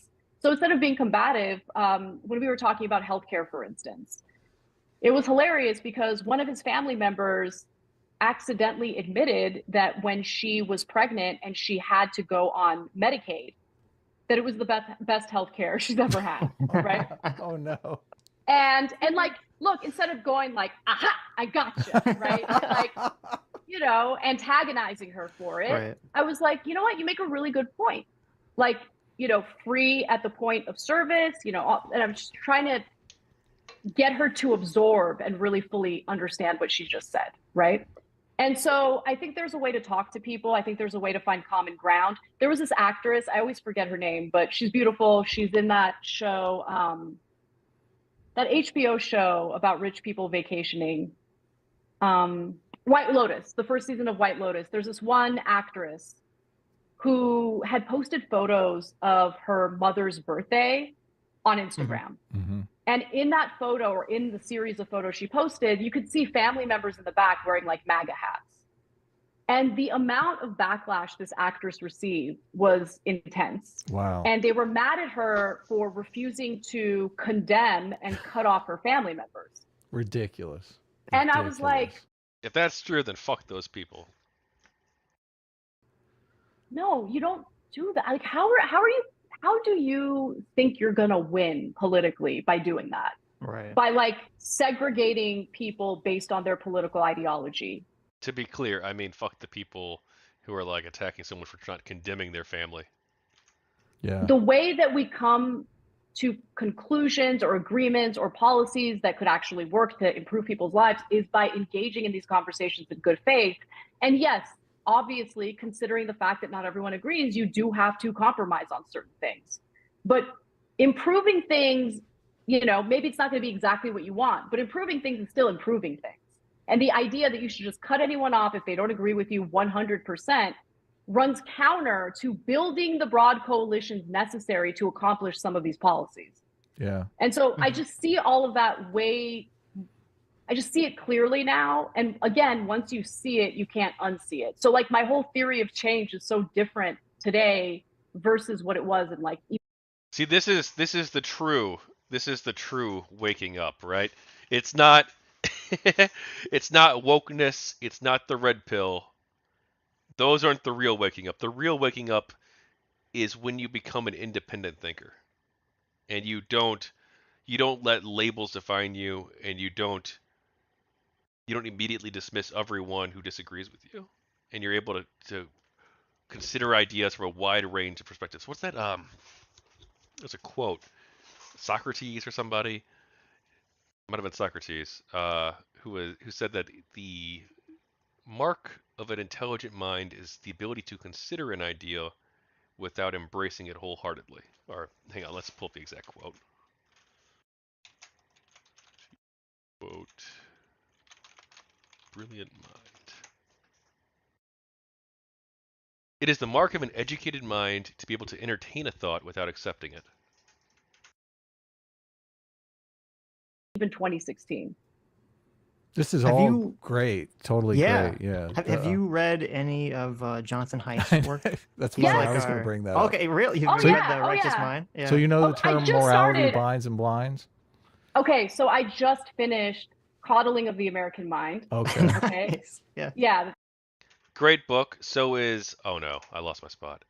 So is his other one, the Righteous Mind. mostly in like major cities, Los Angeles, I lost my spot. you know, marginalized communities, protecting. Definitely don't see myself on the right. Right. But refusing to condemn and cut off her family members. Ridiculous. Versus what it was in like even 2016. Binds? Okay, so I just finished Coddling of the American Mind. Okay. Okay. Nice. Yeah. Yeah. Catastrophizing. Like the Colin of Yep, the American yep. Mind is great. Yeah. It's a very good book. I just started The Rational Mind. The Righteous So, Mind. oh, The Righteous Yeah, Mind. My bad. yeah. I literally just got the wow.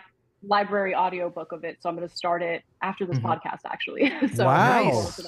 By the way, if you don't know this already, your local library is an incredible resource. An incredible resource. Libraries, maybe not all of them, but a lot of them have not just books, but research materials you can access. They have movies, music, video games, audiobooks. Yeah, you can get fucking video games from the library if you didn't know that. You don't have to pay for video games. Now you'll have to wait your turn for you to get them. But yeah, you can also get sometimes computers. You can get like a laptop for a period of time to check out if you need a laptop. You can also get a Wi-Fi hotspot from them. Sometimes they have like telescopes and stuff too, like all sorts of stuff that's free. It's covered. It's covered through your taxes, and you can check out these things for whenever you need them. A phenomenal resource. I definitely recommend that you check out your local library if you have been sleeping on that.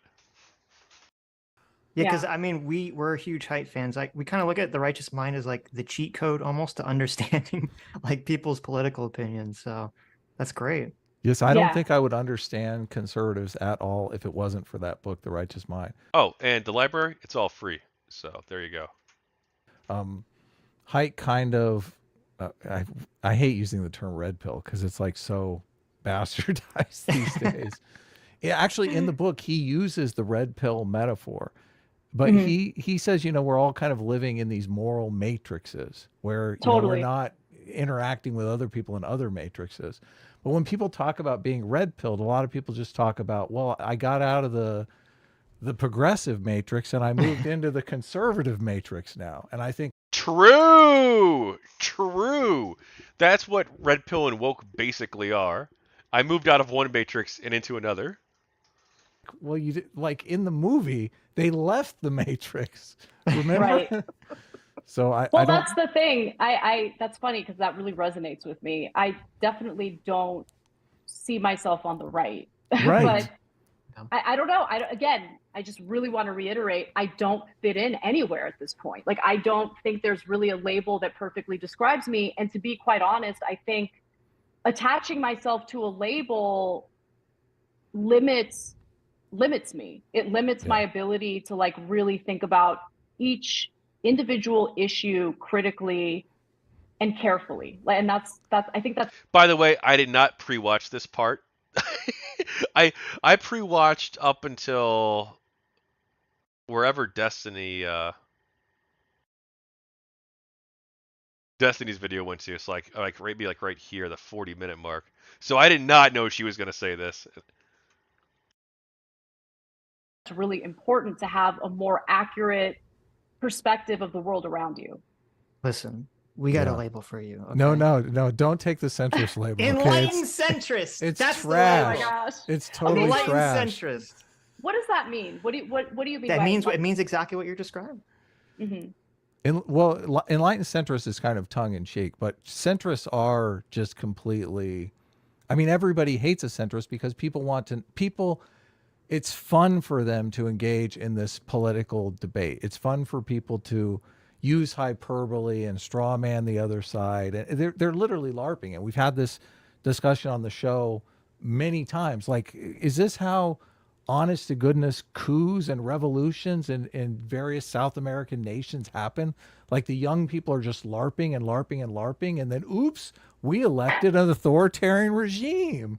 Yeah, I mean, I literally wonder this because I feel like could that happen here in America? I mean, what is your take on the I guess we can get more into the socialism thing. The problem that I have, and I think this might be a miscommunication between you and Sitch, and we talk about this all the time. Like, I don't think the Republicans did us any favors by deeming everything under the sun socialism, because like I don't think. Like universal healthcare, sure, you can make an argument if you squint, this is socialism, this is the government doing things. I don't really like that definition. True, actually, though I'm not sure he's going to go the direction I'm going to go with it.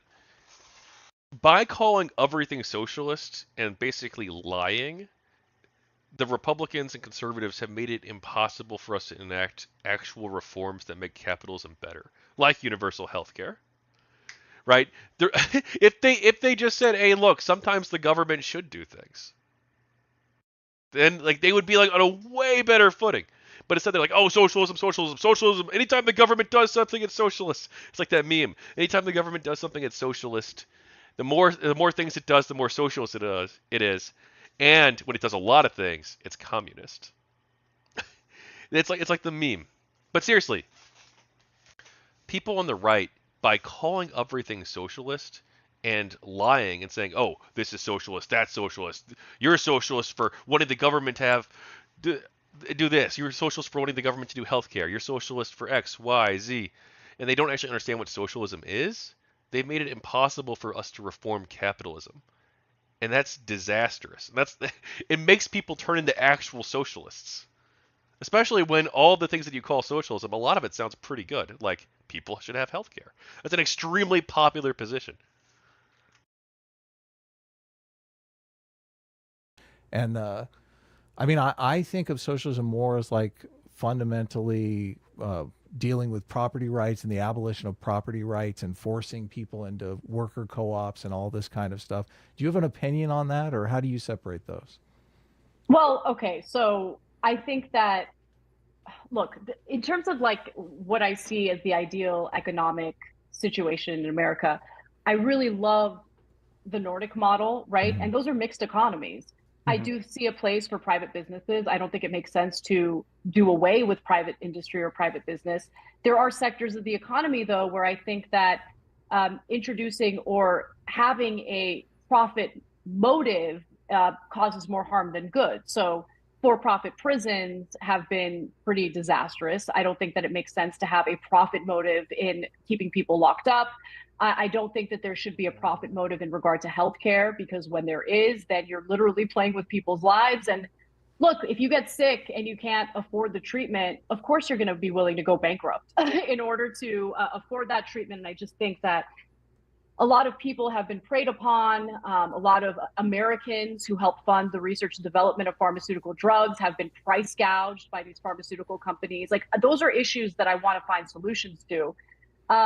I'm supportive of worker co-ops, but I think that what's even more important at the moment and more realistic at the moment is increasing the number of unions or unionized workers. Unions used to be far more powerful in the country. There used to be far more unionized workers, and that gave them a seat at the table. That gave them some leverage in regard to their pay and working conditions. And I think that the dismantling and the destruction of labor unions has really led to some of the issues that we're experiencing right now. You look at some of these Nordic countries, they don't even have a federal minimum wage because labor unions negotiate pay raises on behalf of the workers. And I think that that model is far more effective than what we currently have in the United States. So I want workers to have a lot more power. I want to look, public option, I think, is better than what we have now, but I do really like and support a single payer healthcare system. Do you understand the opposition to that? Because like you said, it's complicated, right? And Yeah. I feel like a lot of the innovation in the healthcare industry, which I personally find important. I want to cure for cancer. I'm hoping like the AI stuff will help us move in that direction.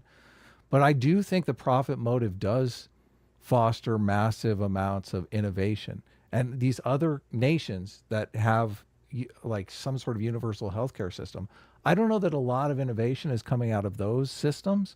So I do kind of feel like they're taking advantage of the fact that we have this model, which I mean, you and I agree, it's terrible. Like, it's too far in the profit motive direction.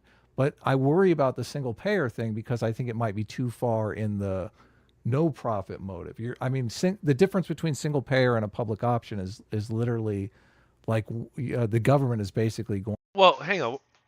It's not single player. You'd still have private actors. It's just that the government itself would be the payer. Now, obviously, that creates a monopsony environment, or it can. You could obviously have private options as well. But in terms of pharmaceuticals, and in terms of you could have the government pay different rates for pharmaceuticals generously or not generously, or fund prizes, things like that. You don't necessarily have to have the government in a single payer system. It wouldn't control all the hospitals, all the research, all of that. Going to abolish private health insurance, and there's not going to be any private business involved. Well, I mean, look, I think that so we have to differentiate the innovators, so those who are innovating new treatments, new medical, tools, all of that, from the actual healthcare system, right? Because the way that I envision it is these people who are innovating, oftentimes through investment by American taxpayers, through the National Institutes of Health, like we fund a lot of that research and development, right? And then they turn around, they price gouge us. So like that, they'll still exist. They're still going to make money. But the reason why I like a single payer healthcare system is because the government has more leverage to negotiate the prices of those services, right? And so right now what's happening is you have all like this weird fractured system where there's all these different healthcare companies and all these different plans, and there's more leverage when you have greater numbers, right? So if the entire country is under a single payer healthcare system, the country has more leverage to negotiate those prices. What I worry about with a public option as opposed to a single payer healthcare system is that it'll create like this two-tiered system. And as you can see with other programs in the country, public schools, I think, is a good example. They start little by little defunding the public option. You get what I'm saying? Yeah. Until it gets to a point where it's ineffective. I hear this from the left a lot, that you cannot have a universal system or a public, well, this is something that socialists would say mostly, but you can also hear from some social democrats as well, that if you have a public system, then there's a chance that it could get defunded by people in the future. But I don't, or that certain aspects of it can be privatized.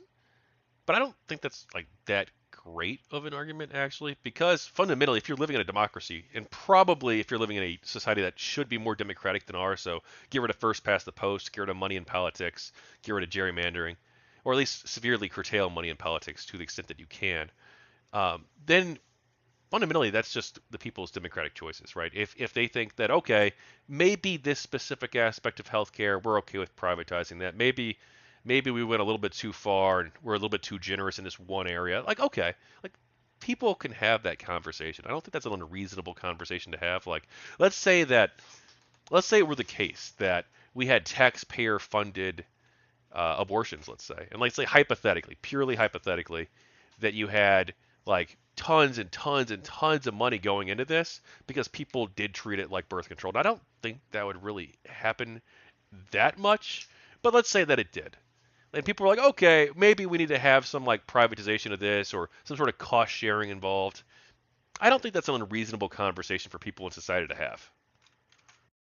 Flailing, all of that. And I am worried about that component of just having that two-tiered system of a private healthcare option and the public option. However, I will admit a public option, which is something that Biden ran on, would be far better than what we're experiencing today. I think that the Affordable Care Act, despite what the Republican Party would have you believe, is very much a Heritage Foundation policy that was implemented by Mitt Romney in Massachusetts. It is not in any way, I mean, it's forcing Americans to buy private insurance. That is what the Affordable Care Act was. Well, not anymore. They abolished. They did abolish that. So, but by the way, that was the justification for it, cost control, like the cost control portion of it. Because if you're forcing everyone to buy healthcare, then that's going to keep premiums low, except that's not what happened. There was actually no price controls whatsoever.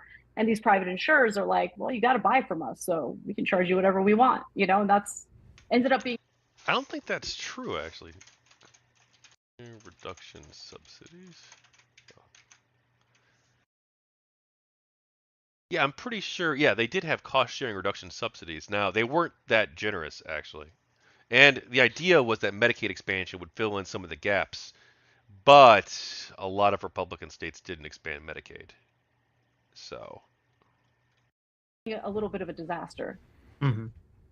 Sitch, do you want to jump? I don't want to move on from socialism unless there's something you feel. Well, I mean, I guess the only thing is, generally when we're talking about socialism on the stream, we're not really talking about economic socialism. Though it comes up, at least I'm usually talking about cultural socialism and kind of the idea of what is that? I want you to explain what that's good. Yeah.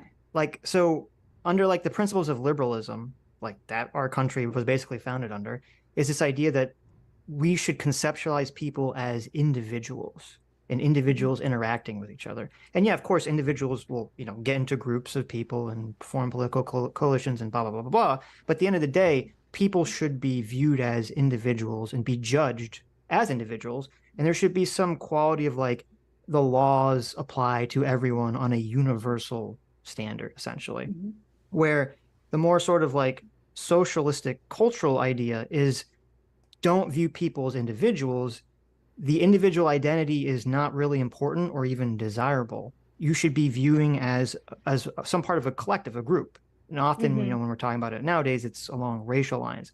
So it's actually like, Kimberly Crenshaw even talks about this in her famous intersectionality paper, where she talks about how she doesn't agree how in the civil rights movement, there was this liberal idea that blacks should strain, she says, strain for a universal identity of being a human or a man first and black second. And she thinks the ideal situation is for black people to identify as black first. That should be the primary identity. And like your individualism should come, somewhere down the road.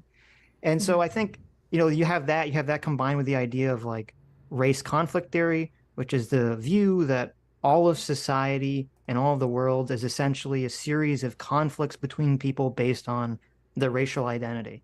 And that's the way it's always going to be. And so you're always going to be setting yourself up for a system where essentially like white people are always going to be trying to take resources away from black people to give it to white people.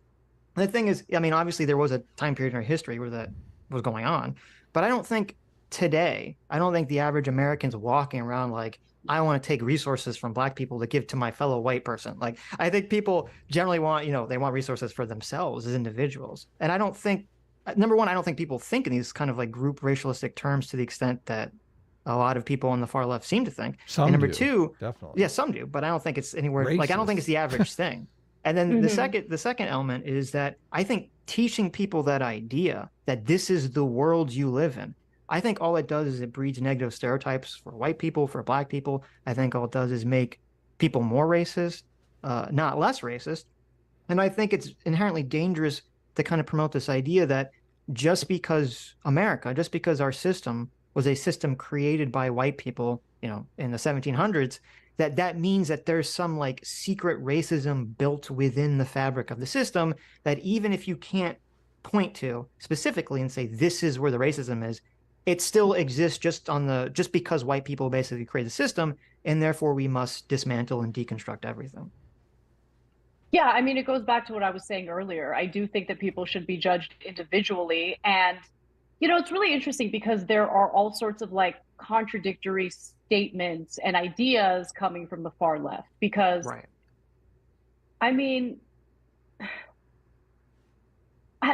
Sorry, I just lost my train of thought. You said something that like really.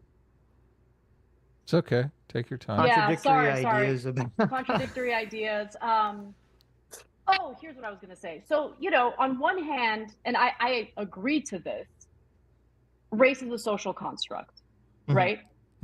But then on the other hand, I guess you should take that social construct, something that was decided for you about your own identity, and prioritize that as the top identity, top characteristic of who you are, right? Like you should front load that. Lean into it instead of dismantling it. Yeah. Yeah, I think it's weird. So, when you think about Italians, when they first immigrated to the United States, they weren't considered white. Now they very much are considered white.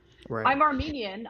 Armenia is part of the Caucasus, and, I've always been considered Caucasian, but it's weird because my life experience as an Armenian of two refugees from Armenia who didn't speak English until I was like 5 or 6 years old. Like, it's very different from like, someone whose family's been here for multiple generations, whatever, but it doesn't matter. I'm considered the exact same as any other white person.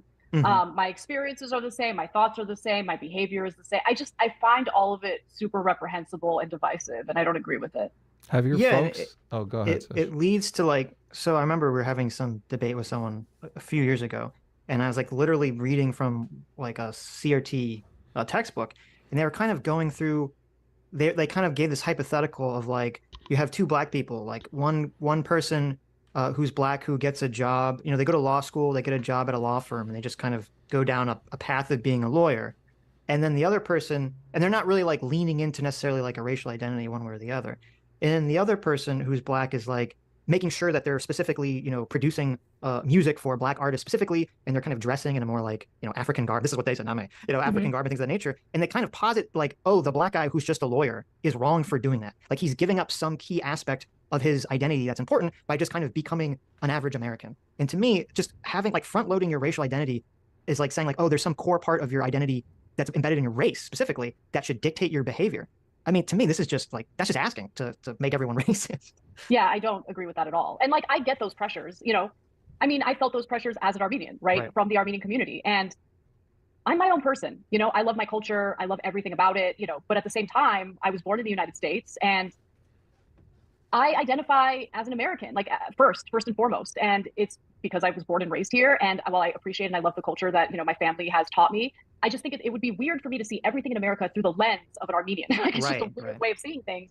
And look, I mean, just think about the endless bitterness and anger I would feel toward this country. And I think to some extent it's justified, but I just refuse to have that kind of mindset. Like America still does not officially recognize the Armenian genocide. Yeah, I've realized I think that I should listen to these at a faster pace for the audience and for myself. I know that Destiny watches is like 2x, but I think 1.5 might be fine, or 1.2. If you guys don't like it, please let me know. I can switch it back to, I should not hit the 1 button when I'm here.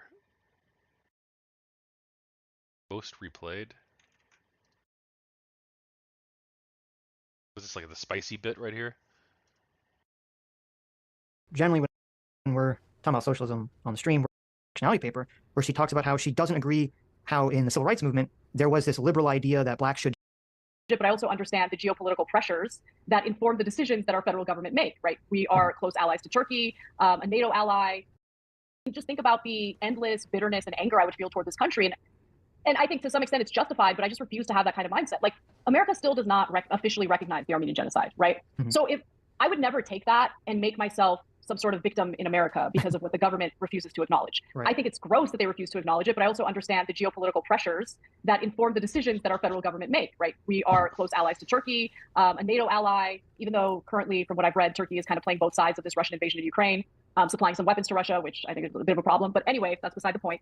My point is, you can take some of the injustices in the world or in the country you live in and have that inform every decision you make and have that impact your mentality in regard to what you can and can't accomplish, right?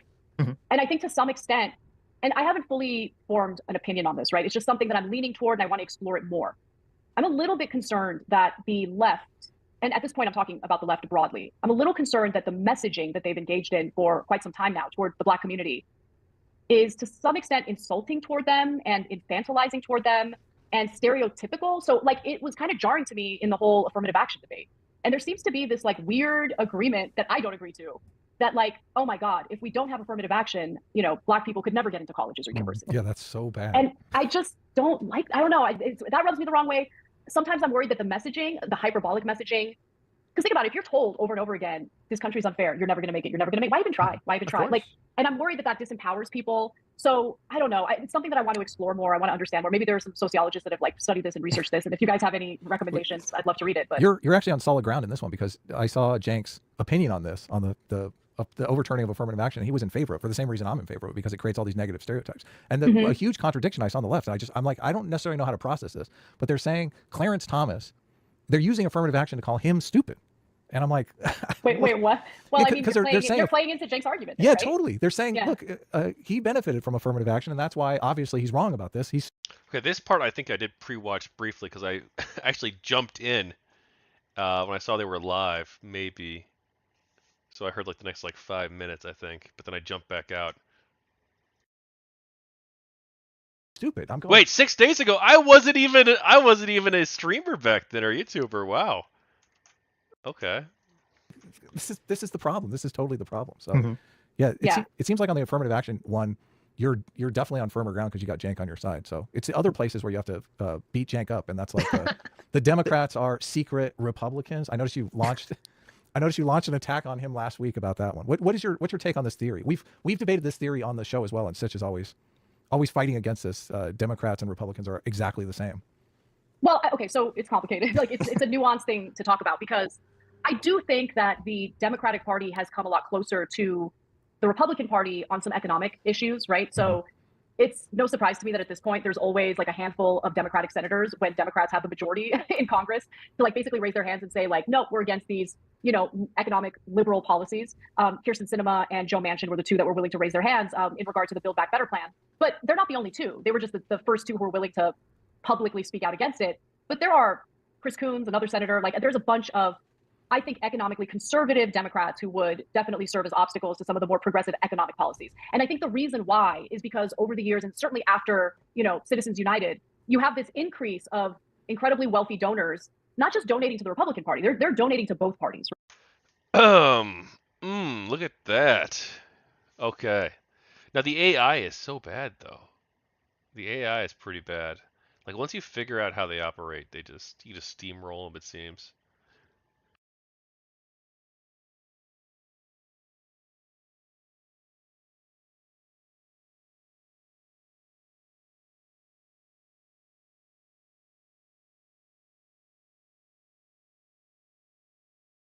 Oh.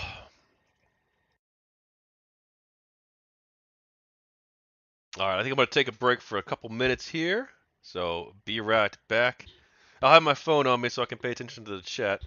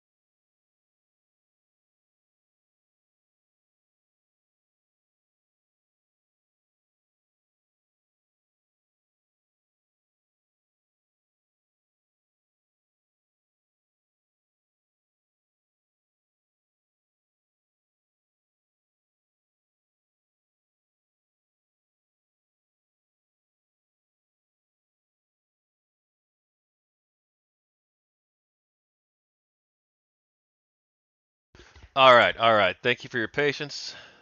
Right? Mm-hmm. And look, anyone who tries to argue that these aren't legalized bribes, like, what do you think they are? Every election cycle, the amount of money that pours into election coffers increases. There are some donors that focus on the right, like, for instance, the majority of money coming from the NRA goes to Republican candidates. But when it comes to some of these multinational corporations, Let me when it comes to cut in a second, give you like a different perspective, because I'm with you, and I don't like, I'm not in favor of all this money flowing into politics. And even look, the argument I usually hear is that, you know, sooner or later the representative has to be responsive to their actual voters. So if the actual voters want a certain policy prescription and the rich donors want a completely different one, they have to cheat, you know, finagle to get it in there. And I don't like, I'm not Pollyanna about it. I think that does go on. But I'm skeptical of this idea that you can give a bunch of money to a politician and they can brainwash their constituencies into like wanting things that there's no way in hell they would want. I don't think that they're brainwashing their constituents into wanting things they don't want. I think what they're doing is they're pivoting to the culture wars in lieu of focusing on the economic issues, where I think that there is, I wouldn't say exact agreement, but there's definitely more agreement and increasingly more agreement between Democrats and Republicans on these economic issues. And I think part of the reason why the culture wars are front and center and getting worse every election cycle is that in an effort to differentiate themselves from the Republican Party, the Democratic Party has leaned into the culture wars more and more, I think to the detriment of the country to a large extent. And so, I mean, I don't know if you guys saw after what happened with the George Floyd murder, you have Democratic leadership kneeling in kente cloths and stuff like that. And it's just, that is at this point, that is what they lean into for their campaigning. I think it's fascinating, though, that Biden has decided, for his reelection campaign, seems like he wants to focus more on his economic accomplishments. And I'm going to be honest, I was about to go on the show and be overly critical of Biden on his economic accomplishments, but obviously I got to do my due diligence. And then I saw some areas of improvement, some areas where he still needs a lot of improvement. We did a fair video on that when we talked about so-called Bidenomics. So I think it would be wrong to say that Democrats and Republicans are exactly the same. However, when there's increased agreement in regard to deregulation, tax cuts, like for corporations and for the wealthy, like all of that, I think that's where I feel frustration. I know that's where Cenk feels frustration. And what I want to do a better job of, and the reason why I kind of snap back at Cenk in that moment, is because I want us to be precise. He said something about how, Democrats just don't want to fight. And so what they do during these hearings is they have their, the people who they want to testify on their behalf, they sit them down and tell them, whatever you do, don't fight. I'm like, Cenk, you have no evidence of that. You can't just say that as if it's fact. I have an issue with that, right? However, I do think that I do want to see more of a fight from Democrats, but I want them to be strategic in their fight. I don't want them to just flail their arms around and scream like lunatics. I want them to think a little more strategically. Like when you look at LBJ, for instance, he was strategic in getting the Civil Rights, Act passed. Like he knew how to use carrots and sticks. And I want to see more of that from the Democratic Party on behalf of their voters, on behalf of the economic issues that their voters care about. I'd like them to kind of step back from the culture wars a little bit and kind of get their heads right about what's actually transpiring in the country, as opposed to feeding into the hyperbolic narratives. I think they've been doing that more and more, and I have an issue with that. And then one other area that I don't think gets enough attention, I've talked about it a lot. I do think that if members of Congress are investing in individual stocks, they are literally, they literally have a vested interest in maximizing profits for the companies they have invested in. They want a return on that investment. I think that's a problem. I think that there needs to be a solution to that. I don't know if it's, blind trust. I don't know if it's, okay, you can only trade mutual funds, but you look at the numbers and it's obvious they're insider trading because their stock portfolios. Both sides. This is not Republicans are baddies and Democrats are good girls and boys. No, it's both sides. And it's, I mean, Nancy Pelosi, I think, is top of that list. She has outperformed the S&P over and over and over again. I'm like, I'm sorry, but she's not that brilliant. I'm not going to buy it. Yeah. I mean, obviously all the insider trading stuff should be obviously illegal. The culture war thing is interesting because what you're talking about, I conceptualized the right doing that. I never really conceptualized the left doing that, because I think with the Republicans, they're in this weird spot where, because of the Tea Party and kind of Trump, there's all this economic populism that's bubbled up on the right, which it doesn't neatly fit into the box of the neoconservative, neoliberal Republican that kind of came about since Reagan. And so in order to distract from that issue, there's this massive push on the culture war issue, which, whether you're a more classical Republican Reaganite or you're a populist MAGA Republican, you're on the same side of the culture war stuff. I think with the left, at least in my perception, it's been more that the Democrats have been leaning into the culture war stuff just because they think it's politically effective, where you look at how the media covers certain issues and how, I'm sure even, we see with our audiences, and I'm sure you see with your audience, it's it's like people are more engaged with this idea of I'm going to call someone a racist or a bigot, as opposed to let me explain some complicated economic policy that that people don't understand or really care about. And my perception has always been the Democrats have been kind of leaning into the culture war issues just because they see it as a useful stick that they can keep slamming the conservatives with. And the conservatives see it now as a useful stick they can keep slamming the Democrats with. I mean, I think we're both right. I mean, I think that it's a way of differentiating themselves from the Republican Party, but it's also a way of giving their constituents the illusion of governing, the illusion that they're fighting on their behalf. And look, this is a lot more cynical and it's going to sound conspiratorial. I'm going to say that this is what I think could be happening. I think that when you have a disempowered and fractured electorate, when people are divided and angry at each other and they're like hyper focused on fighting each other, it places a lot less pressure on our elected lawmakers to find solutions to the problems that we all agree on. You get what I'm saying? Yeah, I totally Yeah, I agree. mean, I think you're right. I don't think it's intentional. I don't think the Democrats and Republicans are like, scheming together to make everyone pissed off. I think they kind of just hate each other's guts, and I think they're playing into like I think the Democrat and Republican politicians buy into all the rhetoric that they're espousing. Like, I don't think we're still in the days where they go behind closed doors and everyone's buddy anymore. But going back to the money and politics things for a second, I mean, I do think that money and politics. I mean, obviously, money is always going to influence people's behavior to an extent, but I do feel that, like we talk about like Joe Manchin, I think primarily politicians are motivated by having to win their election. And often, money is going to help that, but it's only going to help to some extent. Like, I don't think, George Soros, right, could go and just offer Joe Manchin some exorbitant amount of money and then suddenly he'll, switch all of his positions around. Well, I mean, look, I think with Manchin, it's a lot more complicated than that. I mean, his personal business interests, I think, play a huge role. I mean, he's got a coal-related business that he makes $500,000 off of literally every year. He's not going to want to, go full steam ahead with some of these climate policies, especially if it's going to impact his personal, finances. But I do think that, there's a pretty obvious difference in how politicians would legislate or govern the country prior to Citizens United versus after Citizens United. So I do think that the, money in politics factor is very real. And what do you think the difference is? Well, the difference is they were a lot more responsive to the concerns of their constituents. And I think especially the Democratic Party, they didn't play into the culture wars as heavily as they do now. And I think increasingly, if you notice, they've moved further and further away from some of the economic policies. They might campaign on it. They might, provide lip service to some of these economic issues. But when push comes to shove, as soon as they're elected, they kind of move away from it. I think one counter to that is Barack Obama, who, well, he did run on hope and change. Looking back on it, while he seemed to imply better economic conditions for Americans, he was never very specific about it. I think that's notable in retrospect. But he did also campaign on codifying abortion. And that was a culture war issue that he campampaign on in 2008. And then as soon as he got elected, he literally said, it's not really a priority right now. Well, kind of like Biden with the healthcare, right? So. Right, exactly. And I would venture to say that the healthcare situation absolutely should be a priority. Same with, codifying abortion, which, by the way, I want to say something about abortion. As someone who is firmly in favor of reproductive rights, I want to tell you guys and your audience that the vast majority of us do not agree with what Lance said on Tim Pool's show. We don't. Nice. I don't know why he said that, and I was like mortified when he said that. What did he say that you're talking about specifically? So first off, Tim gave him like a ridiculous hypothetical of like a healthy pregnancy at 9 months, and the woman just decides like, I went through the torture of being pregnant for 9 months, and I've decided to end my healthy pregnancy, right before I'm going to deliver. Right. No one's in favor of that. Okay, no one, literally no one. I guess except for Lance, because the problem with Lance is. The problem with Lance is, and the problem with these bad faith debates, is that he wants to win. So when you're not engaging in a good faith debate, you then end up agreeing to things or saying you support things that you might not actually support. So I don't know what Lance really thinks. Yeah. But the only time abortions happen in the third trimester, first of all, they're always tragic, they're always awful, and it's because the woman's life is in danger. Yep. Okay, it's never because the woman was lazy and decided that she wanted to do it last minute.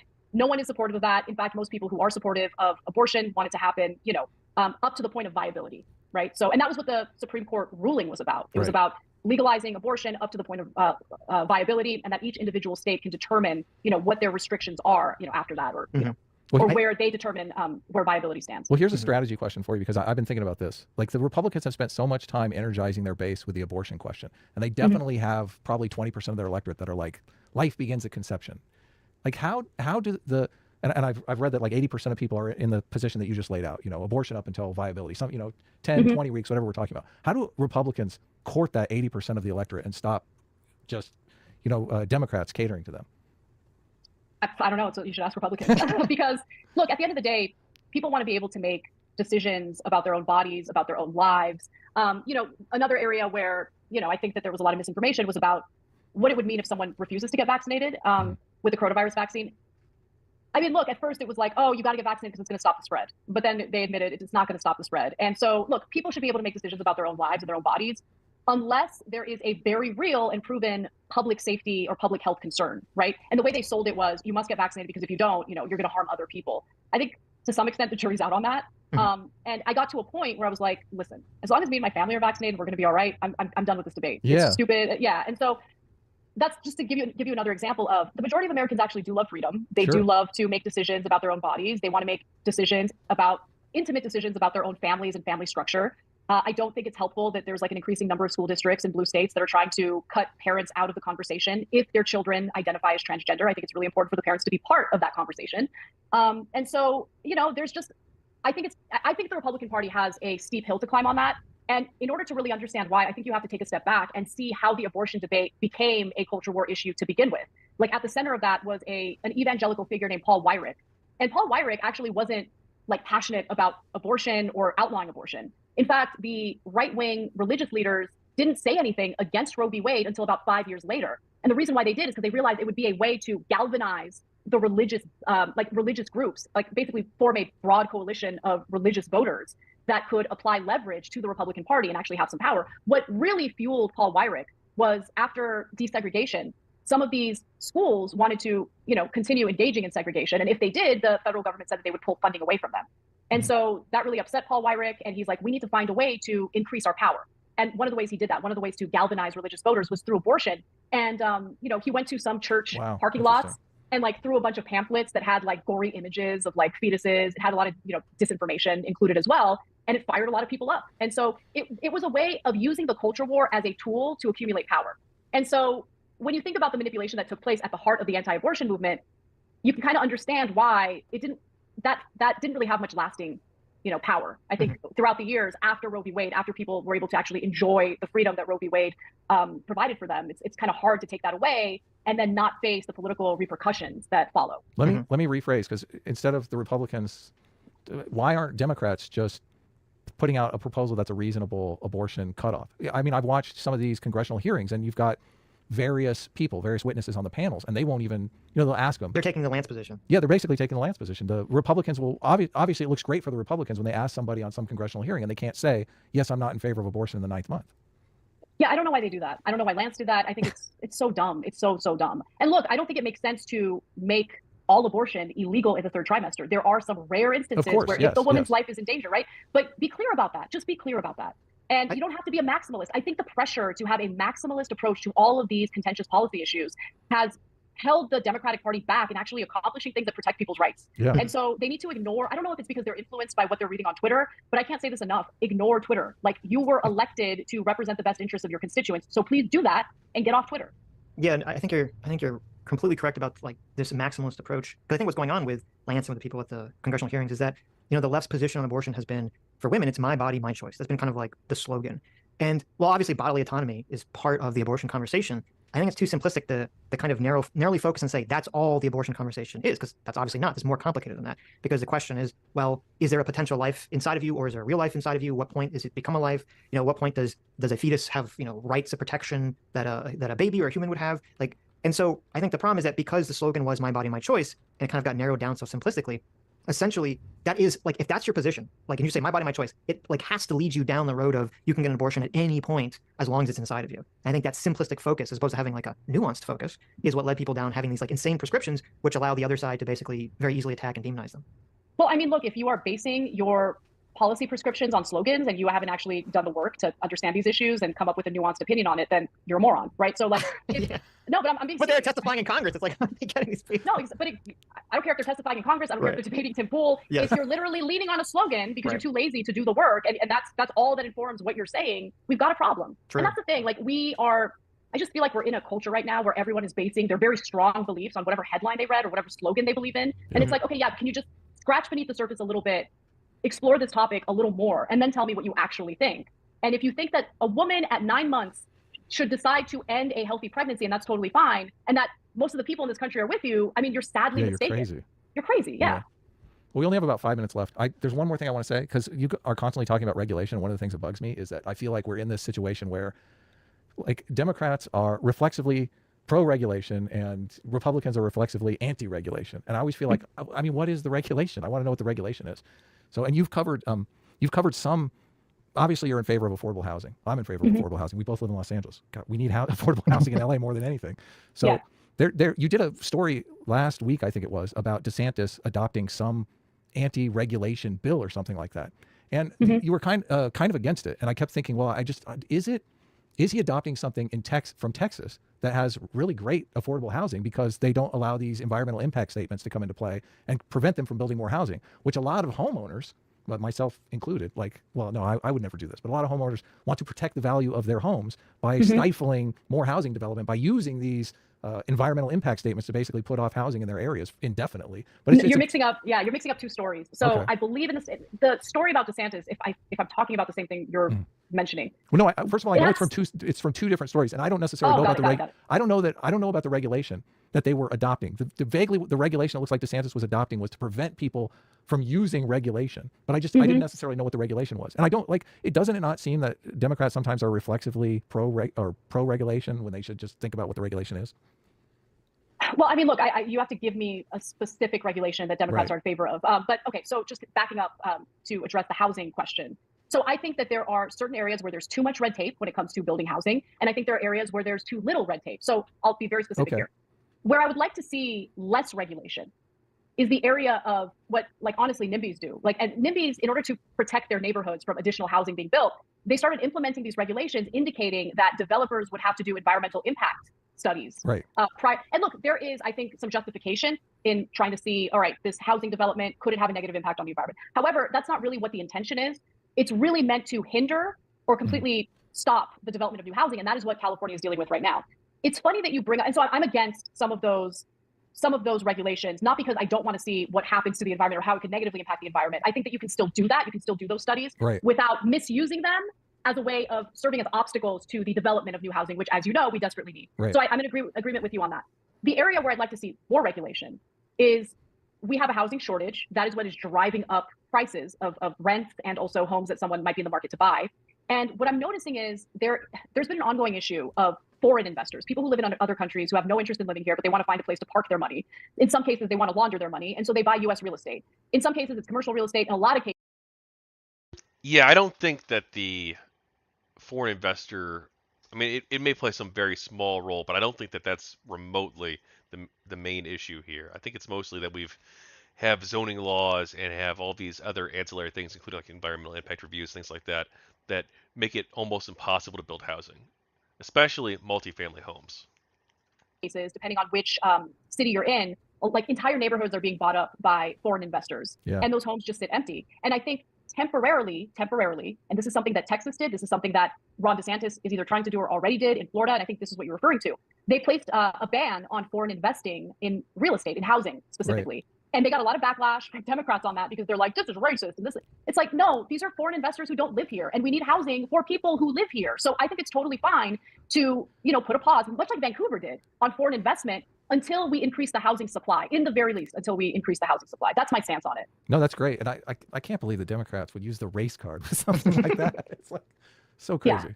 I mean, look, it might be that I think the way Ron DeSantis did it is he didn't ban all foreign investing. He focused on specific countries. Right. And it was more of a political stunt. And I don't agree with that. I don't agree with that. Yeah. But if he didn't do that, and if he was like, you know what, we've got a housing shortage, I want to look out for the people of Florida. So for now, I'm going to ban all foreign investment in residential real estate. I'm 1,000% behind that. Yeah, I'm in favor of that as well. So we're right at about 3:00, and I want to be respectful of your time. So yeah. Well, thank you for having me. This was, I'm not going to lie, I was like a little bit terrified before coming on. Were you really? Oh man, I was telling Sitch I was a little nervous too, but yeah, this was great. Yeah. Yeah, you guys are super friendly, and thank you for the opportunity to talk to you and your audience, and I hope they enjoyed it. And yeah, keep it up. You'll have a lot of love in our super chats, I say. So awesome. You'll have to let us know what the fallout is, because I'm like, it's torturous to think that you can't be honest in this day and age. So I mean, I really commend what you're doing here, and I feel completely sincere with us, which is just, I mean, it's a breath of fresh air, obviously, in this political environment. So thank you. Thanks for that support. And I'll keep that in mind as the fallout happens. Stay strong. All right, guys, have a great one. Okay, take care. Thanks for coming. All right.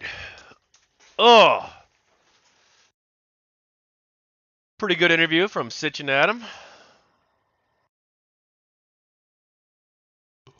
Oh. Yeah, I think I should have scheduled it more advanced. This was pretty last minute. I only gave people about 10 minutes heads up. I wasn't sure if I was going to do a stream tonight or not. Had a little bit of a headache earlier, and didn't know if I maybe would have had other plans. I was talking to some friends in real life about possibly doing something, so it was pretty last minute. I do apologize if anyone's a little bit disappointed that they missed it. There were a couple other topics that people suggested I cover, but man, we've been going for a while. I might just end this one, and if we want to cover something else, start a new one. But yeah, that was the Ana Kasparian interview with Sitch and Adam. Glad I finally watched this in full. I did pre-watch part of it, and it was such an interesting and fascinating interview, especially in the beginning, when she really broke with the left, and this has caused a lot of backlash. In fact, I think it's also caused backlash for Cenk, and he's done a few things as well. Let me pull up what he talked about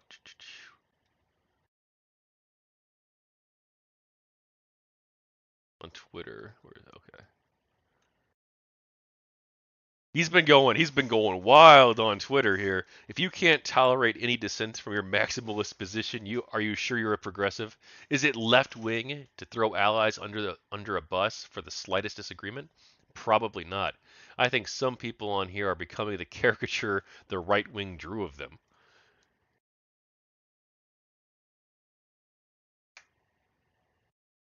Ah, yes, Twitter wants you to log in. Okay. Well, anyway, yeah, Chink's been going a bit wild on Twitter too, criticizing a lot of the overreaches of the left. So I'm glad that this is happening. I really hope that more people on the left, because Anna and Cenk are pushing back on some of the more wild stuff, like, hey, look, don't be dishonest, don't lie to people, don't try to destroy people's lives over minor disagreements. Let's all just have a conversation and act in good faith and try to be as honest and trustworthy as we can be, and try to just get things right and not just immediately believe whatever the hyper partisan talking point is or whatever our priors happen to be. So hopefully, and I did tweet out earlier that I hope this inspires other people. And actually, Adam and Sitch both liked my tweet. I do hope that this leads to something more positive. But unfortunately, I don't know if it will. I don't know if we're going to see more left-wing content creators begin to approach things in a more honest and nuanced way. Maybe we will, maybe we won't. But at least we have two of the biggest people in the space. Anna's one of the biggest left-wing people. I mean, Young Turks is fucking huge. I mean, let's just look at how many subscribers they got. Yeah, 5.4 million, and that's just on YouTube. They also do podcasts. They got a website. They actually have like a freaking TV channel that is on streaming platforms. So like they have a lot of influence on the left. So hopefully this leads to something positive. All right. Anyway, this is Tachyon signing off.